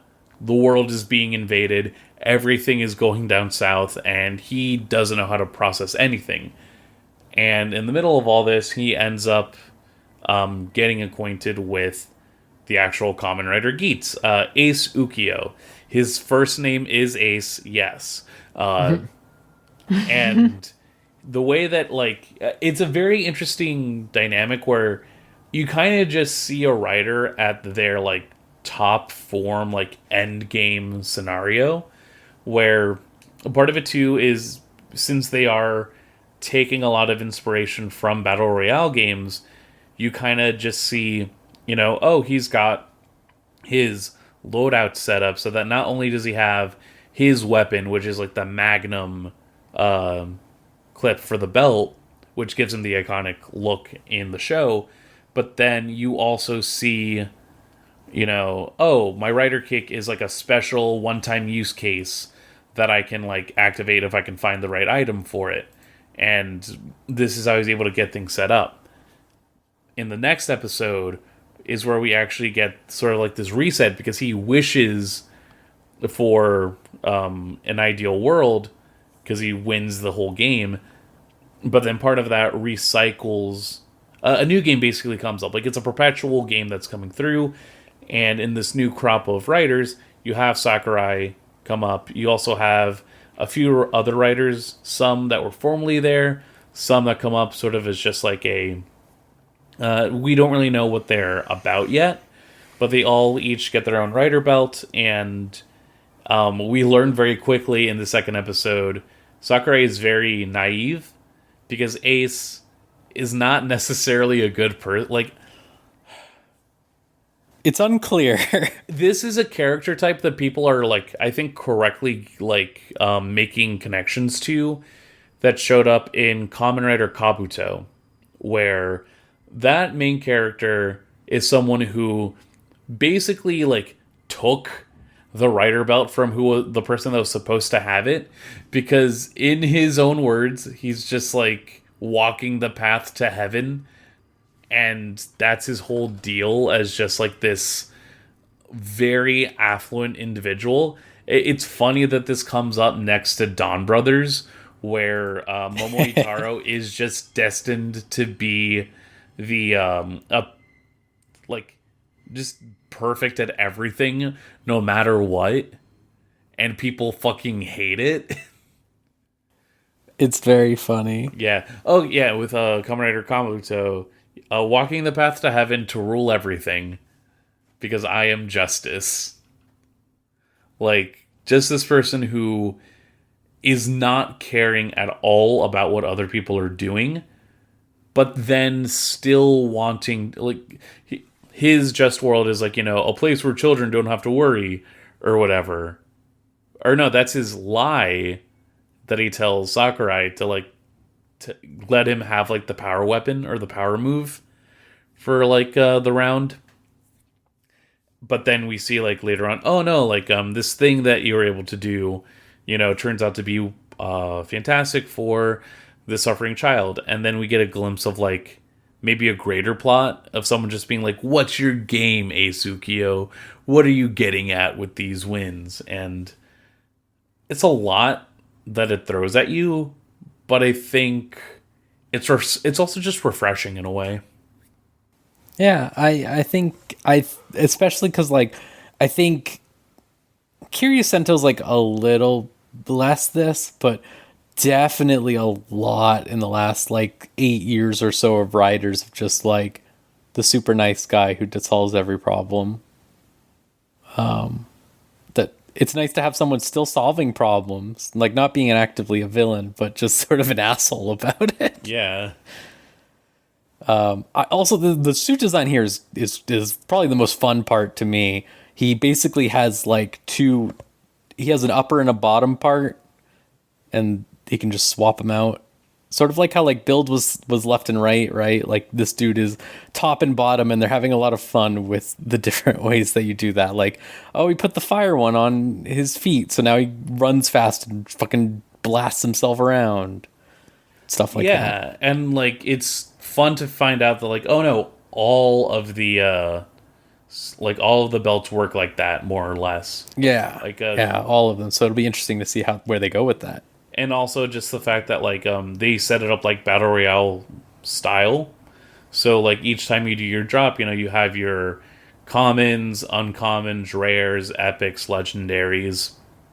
Like, the one other writer who's sort of like the asshole of the group, Kamen Rider Buffa, like, his whole deal is that, he does have the motif to him, but sort of like the iconic look, like the full gear that he gets, is also a, like, one-time use instance that has to come up if you're, like, getting it on the map, which I think is, like, interesting, because otherwise it's sort of these, basic black suit designs with a, like, animal-themed helmet.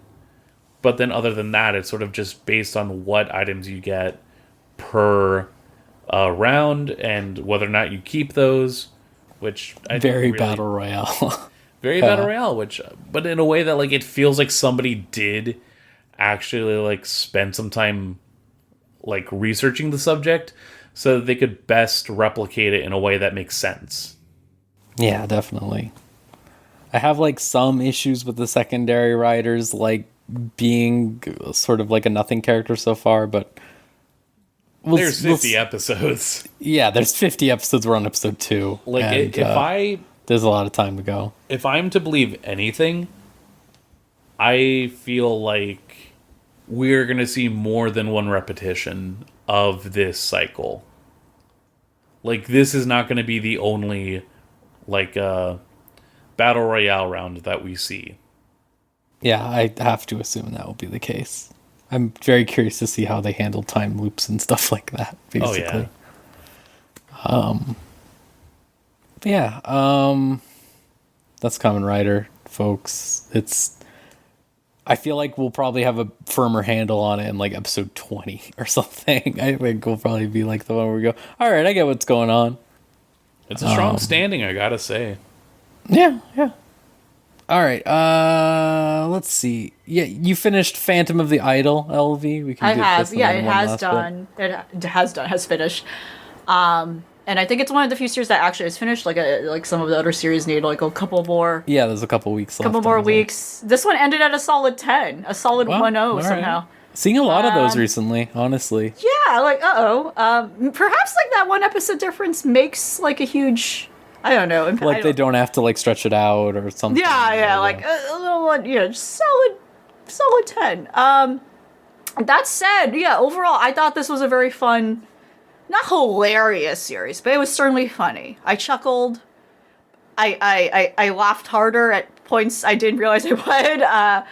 I'm surprised it has a very lukewarm response, but I get it too. I get like the making fun of idol stuff has been just a thing, long and drawn out. I think this is a series that very much, I think, it's less about someone who knows what they talk like about the industry, but more so someone who probably actually is a fan of idols and like is very much in that culture and that like community of fandom, and is at least familiar with that. So they're probably speaking from that perspective at least, but not really someone who probably knows the ins and outs of the industry for sure. And like this is again not a serious series. This is a comedy series, so it's not going to explore like all that other stuff. Just to reiterate, this is a series about this idol duo. One of them fucking hates his job. One of them, for some reason, sticks around because he's like, I wanted to become an idol for, fame, fortune, etc. I didn't realize it's so demanding. A couple years ago, another idol, she sadly passed away in an accident, and then he meets her ghost backstage one day, and she realizes, oh my gosh, I probably haven't passed on because I still have unfinished business. I still need to finish my idol duties that I didn't quite do when my career abruptly ended when I died. So they just discover like, oh my gosh, she can just possess his body. She could just possess this man's body. So she does like most of the legwork for him. In a lot of ways, he didn't. And it's very apparent to a lot of people where like, your personality is different. You even sound a little different. But that's like essentially the bit, and thankfully it's they don't keep resorting to that every episode. They actually explore other things. They explore other characters. Like I was concerned maybe that was just going to be a tired bit, but no, there's actually like a little more to it. Some fun explorations of like the fangirls, and in such a way that again, like, which is why I'm thinking this person who made it probably is someone who's speaking from experience, as someone who like actually enjoys like idols and like is a fan of perhaps a group or an artist, where they have this very good like well-rounded group of fangirls that are recurring characters who are fans of the main character's duo, who are deeply not unpopular, but they're certainly not as big compared to this other group mentioned. Okay, for one, their group is named Zings, like Bazinga, Zings. The other group mentioned is called Seagrass. They don't explain what that means. Sounds like an idol name. That sounds like an idol name made up in an anime. And it's a really funny thing. They have a really funny thing with them where like they're arguing with the fans of Seagrass over like how insecure they are. Like they're kind of like in shock that Zings is suddenly getting popular ever since like they start picking up. Like they're kind of like overwhelmed by the fact that their group is like, what? We're like, they're getting bigger. We actually have more merchandise to buy from them that they're actually caring about. It's like a really funny thing that they're going through, and they have like good points of reference where like not all of them is just like a rabid fangirl stereotype. I think like they have a good balance of like, okay, showing that, like, yeah, they have a reason to be, like, happy and, like, passionate about the things they're into, while also balancing kind of, like, those kind of jokes you commonly see about when it comes to these things. Overall, overall, I do enjoy it. And I enjoy kind of like the weird like twist they have where actually, one of the other idol characters is like into this, into the main character and stuff. And that was like an interesting twist on that. It's definitely like a nice lighthearted watch. It's not something you really need to like sit down and, but like, I do recommend it. And I think it's like still an ongoing manga too, as well. Because the way it ends too is very open-ended, and not in a way where it doesn't feel like things feel resolved, but it's certainly like, oh, okay. It's not like anything conclusive happened, so I think more can come out of it, and I'd be excited to watch more of it, because I feel like there was like a lot of untapped parts and other characters that they didn't go into as much. I also love how the main character is like just an asshole, and actually is a character who doesn't really grow until the very end. Episode 2 or 3, they do a whole like fake out where like, the ghost girl is like, oh my gosh, you did so much. Like at the end of the episode, they're like, you did so much. I don't need to be here anymore. I'm just going to leave you. Bye. And then he's like, no, I fucking need to depend on you. I need like after he outright says the word depend, like fully like leans on and on the joke. Like he is dependent on her and it's fucking bad, bad and etc. But there is like a natural progression he eventually goes into, but I enjoyed how like they really stuck around. Like this character is actually a bad person and is not willing to grow and is dependent on like a literally fucking dead person to do his work. So that was like kind of funny.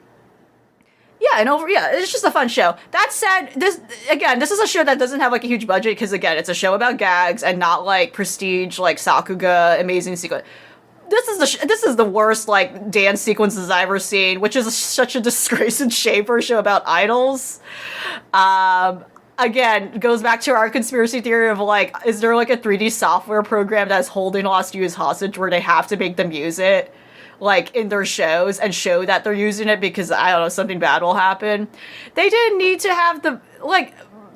Miku Miku Dance is pretty good. Like I don't know if I've seen anyone. I'm pretty sure people are still using it, and I feel like the software has since improved since then. But like, somehow the idol dance sequences for the songs and stuff were like worse than that. I quality. know, right? It was I feel that way every happening? time I see one. Like every time I see a CGI dance sequence, I'm just like, you could just use MMD. Like, yeah, so much better. And it's like but it was like it's so jarring. Like it cuts to it, and then you're like, "What? That doesn't look like the same show." Yeah. The light is I can't emphasize enough how bad it looks. It's just really jarring. I much rather just, I get it. Like anime and dance sequences are hard and awful, and like especially for a series that doesn't have like a lot of like stakes put into it. Where like, oh, it's not a Love Live, it's not a multimedia franchise where they're like willing to animate these sequences and take their time with it and put a lot of budget into it so they can be like extracted and extrapolated like music videos to sell this. Like this is a series where they're like, okay, this might be just a short term thing. We're not going to put a lot into it, for sure. But I'd much rather have them just like do like a series of stills. I'm okay. Like just do whatever stupid just editing shortcut bullshit. Yeah. Not something that is extremely so jarringly much. obvious. Yeah, absolutely. So there you go. That's one series down from this past season for me. I had forgotten like until like you got like a good like 2 minutes into talking about it, like which show this was from the beginning of the season. I'm like, oh yes, I remember all of this now. I remember it all. Phantom of the Idol. But what a name. Yeah. It's categorized as a shoujo, the manga. So I'm like, what does that mean? I don't know. I feel like it's so broad at this stage. Yeah, literally anything. Yeah, if it's absolutely. not shonen, then that's at least one distinction. Yeah. But even then, like, what does shonen mean nowadays too? Mm-hmm. I miss Ruri Dragon. I miss Ruri Dragon too. Oh. Yeah, we watched like whatever, there was some episode of some Kamen Rider or something that was about like a writer being overworked or something, and then we're just thinking like, I think me and my girlfriend simultaneously went, oh, Ruri Dragon. Like, yeah. Speaking of works related stuff, there's one last thing we can talk about, John. What the fuck happened to Uncle? So, yeah, I haven't really been watching too many other shows. Like I said, I'm getting caught up on stuff, it feels like, which is nice. But Uncle from Another World was the only show that I was watching from the current season, and shit just went down real bad there. This is a culmination, I feel, of how anime is made. The way the workers issues where people are making a full on fucking animated show in like a week per episode and delivering it right as it's about to air. There have been interviews coming out about this show that they are severely understaffed and they can't find people to help work with them, and a big reason of that is COVID, because right around, I think, when like episode 3 aired, there was an announcement that like COVID just like swept through their animation studio, and they're just having more and more trouble getting people to come back and work on the show. And like I think this is just yet another reason to not want to release a show until it's done. Like they're definitely. Yeah. Yeah, I'm just thinking about how there's more stories. Like if I remember correctly, I think they're airing Mob now in this coming season, and they finished it early. They finished it like a few months ago. And it was the same thing with like the first season of Dragon Maid. I remember was the big thing. Like people were saying like, "Wow, like you can just do that." There's no reason not to. There's literally no reason not to. It's healthier for everyone involved. Yep, it makes better work. It makes like even for like stuff that isn't necessarily like the best quality shit in the world, like the mid isekai and stuff like that. Like that shit's going to look a little better when it's like not last minute. I mean, I honestly, I do feel like part of the reason is to try to drive Blu-ray and DVD sales, because there's so many times where they can straight up like a market. This is the version that you want better to watch, version, because this is actually finished. Which is bullshit. Which is absolute bullshit. And should not be how art should be treated. It should be, they should allow them to actually create the thing they want to create.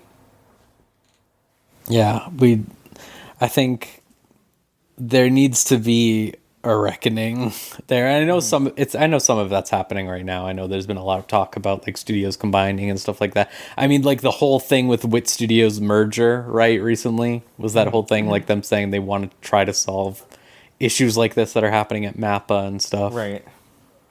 But we'll see, because people have made such grand claims before. Mm-hmm.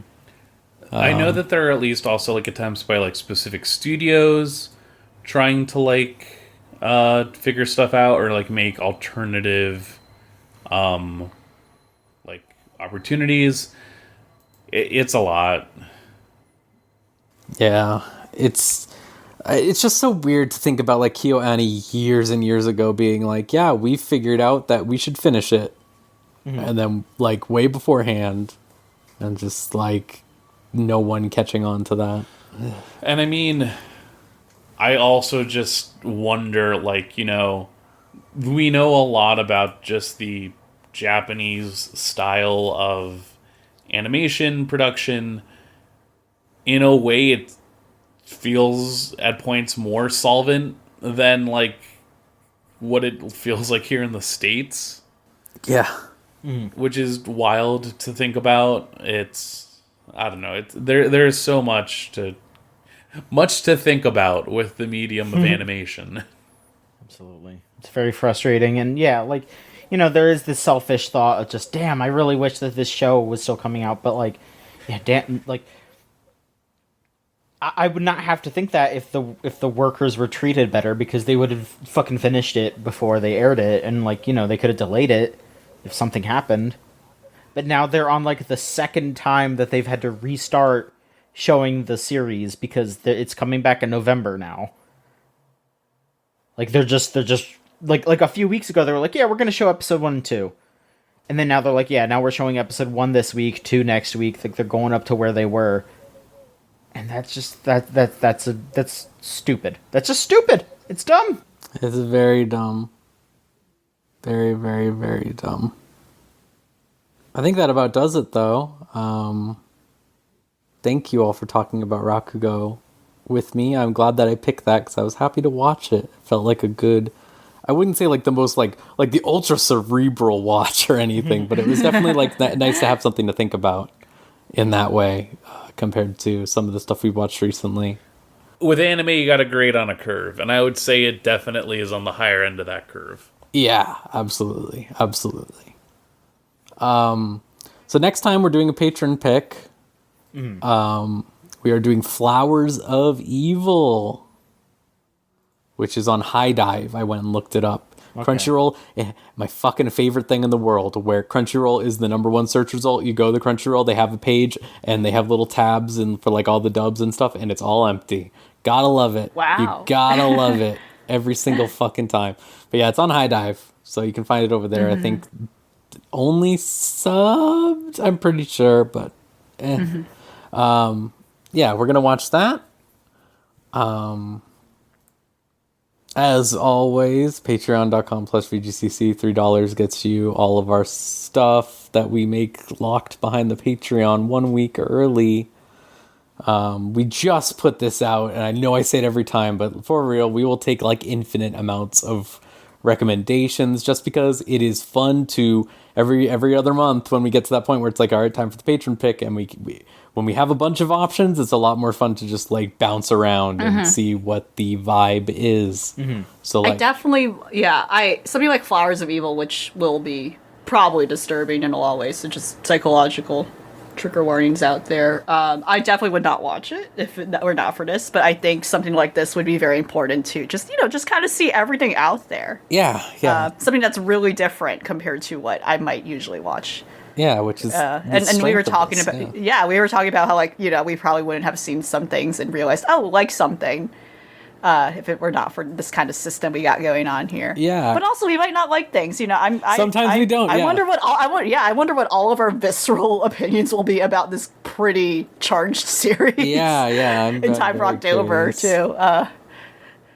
Yeah, because I think about like in the past, like there has been stuff that we don't necessarily like all the way. Like I remember me and John with the Angel Beats, right? And like, or like Kofuku Graffiti, some stuff like that. And it's just like, yeah, but it's like that way. Like there's a lot of stuff that like we wouldn't have watched otherwise. Like we want.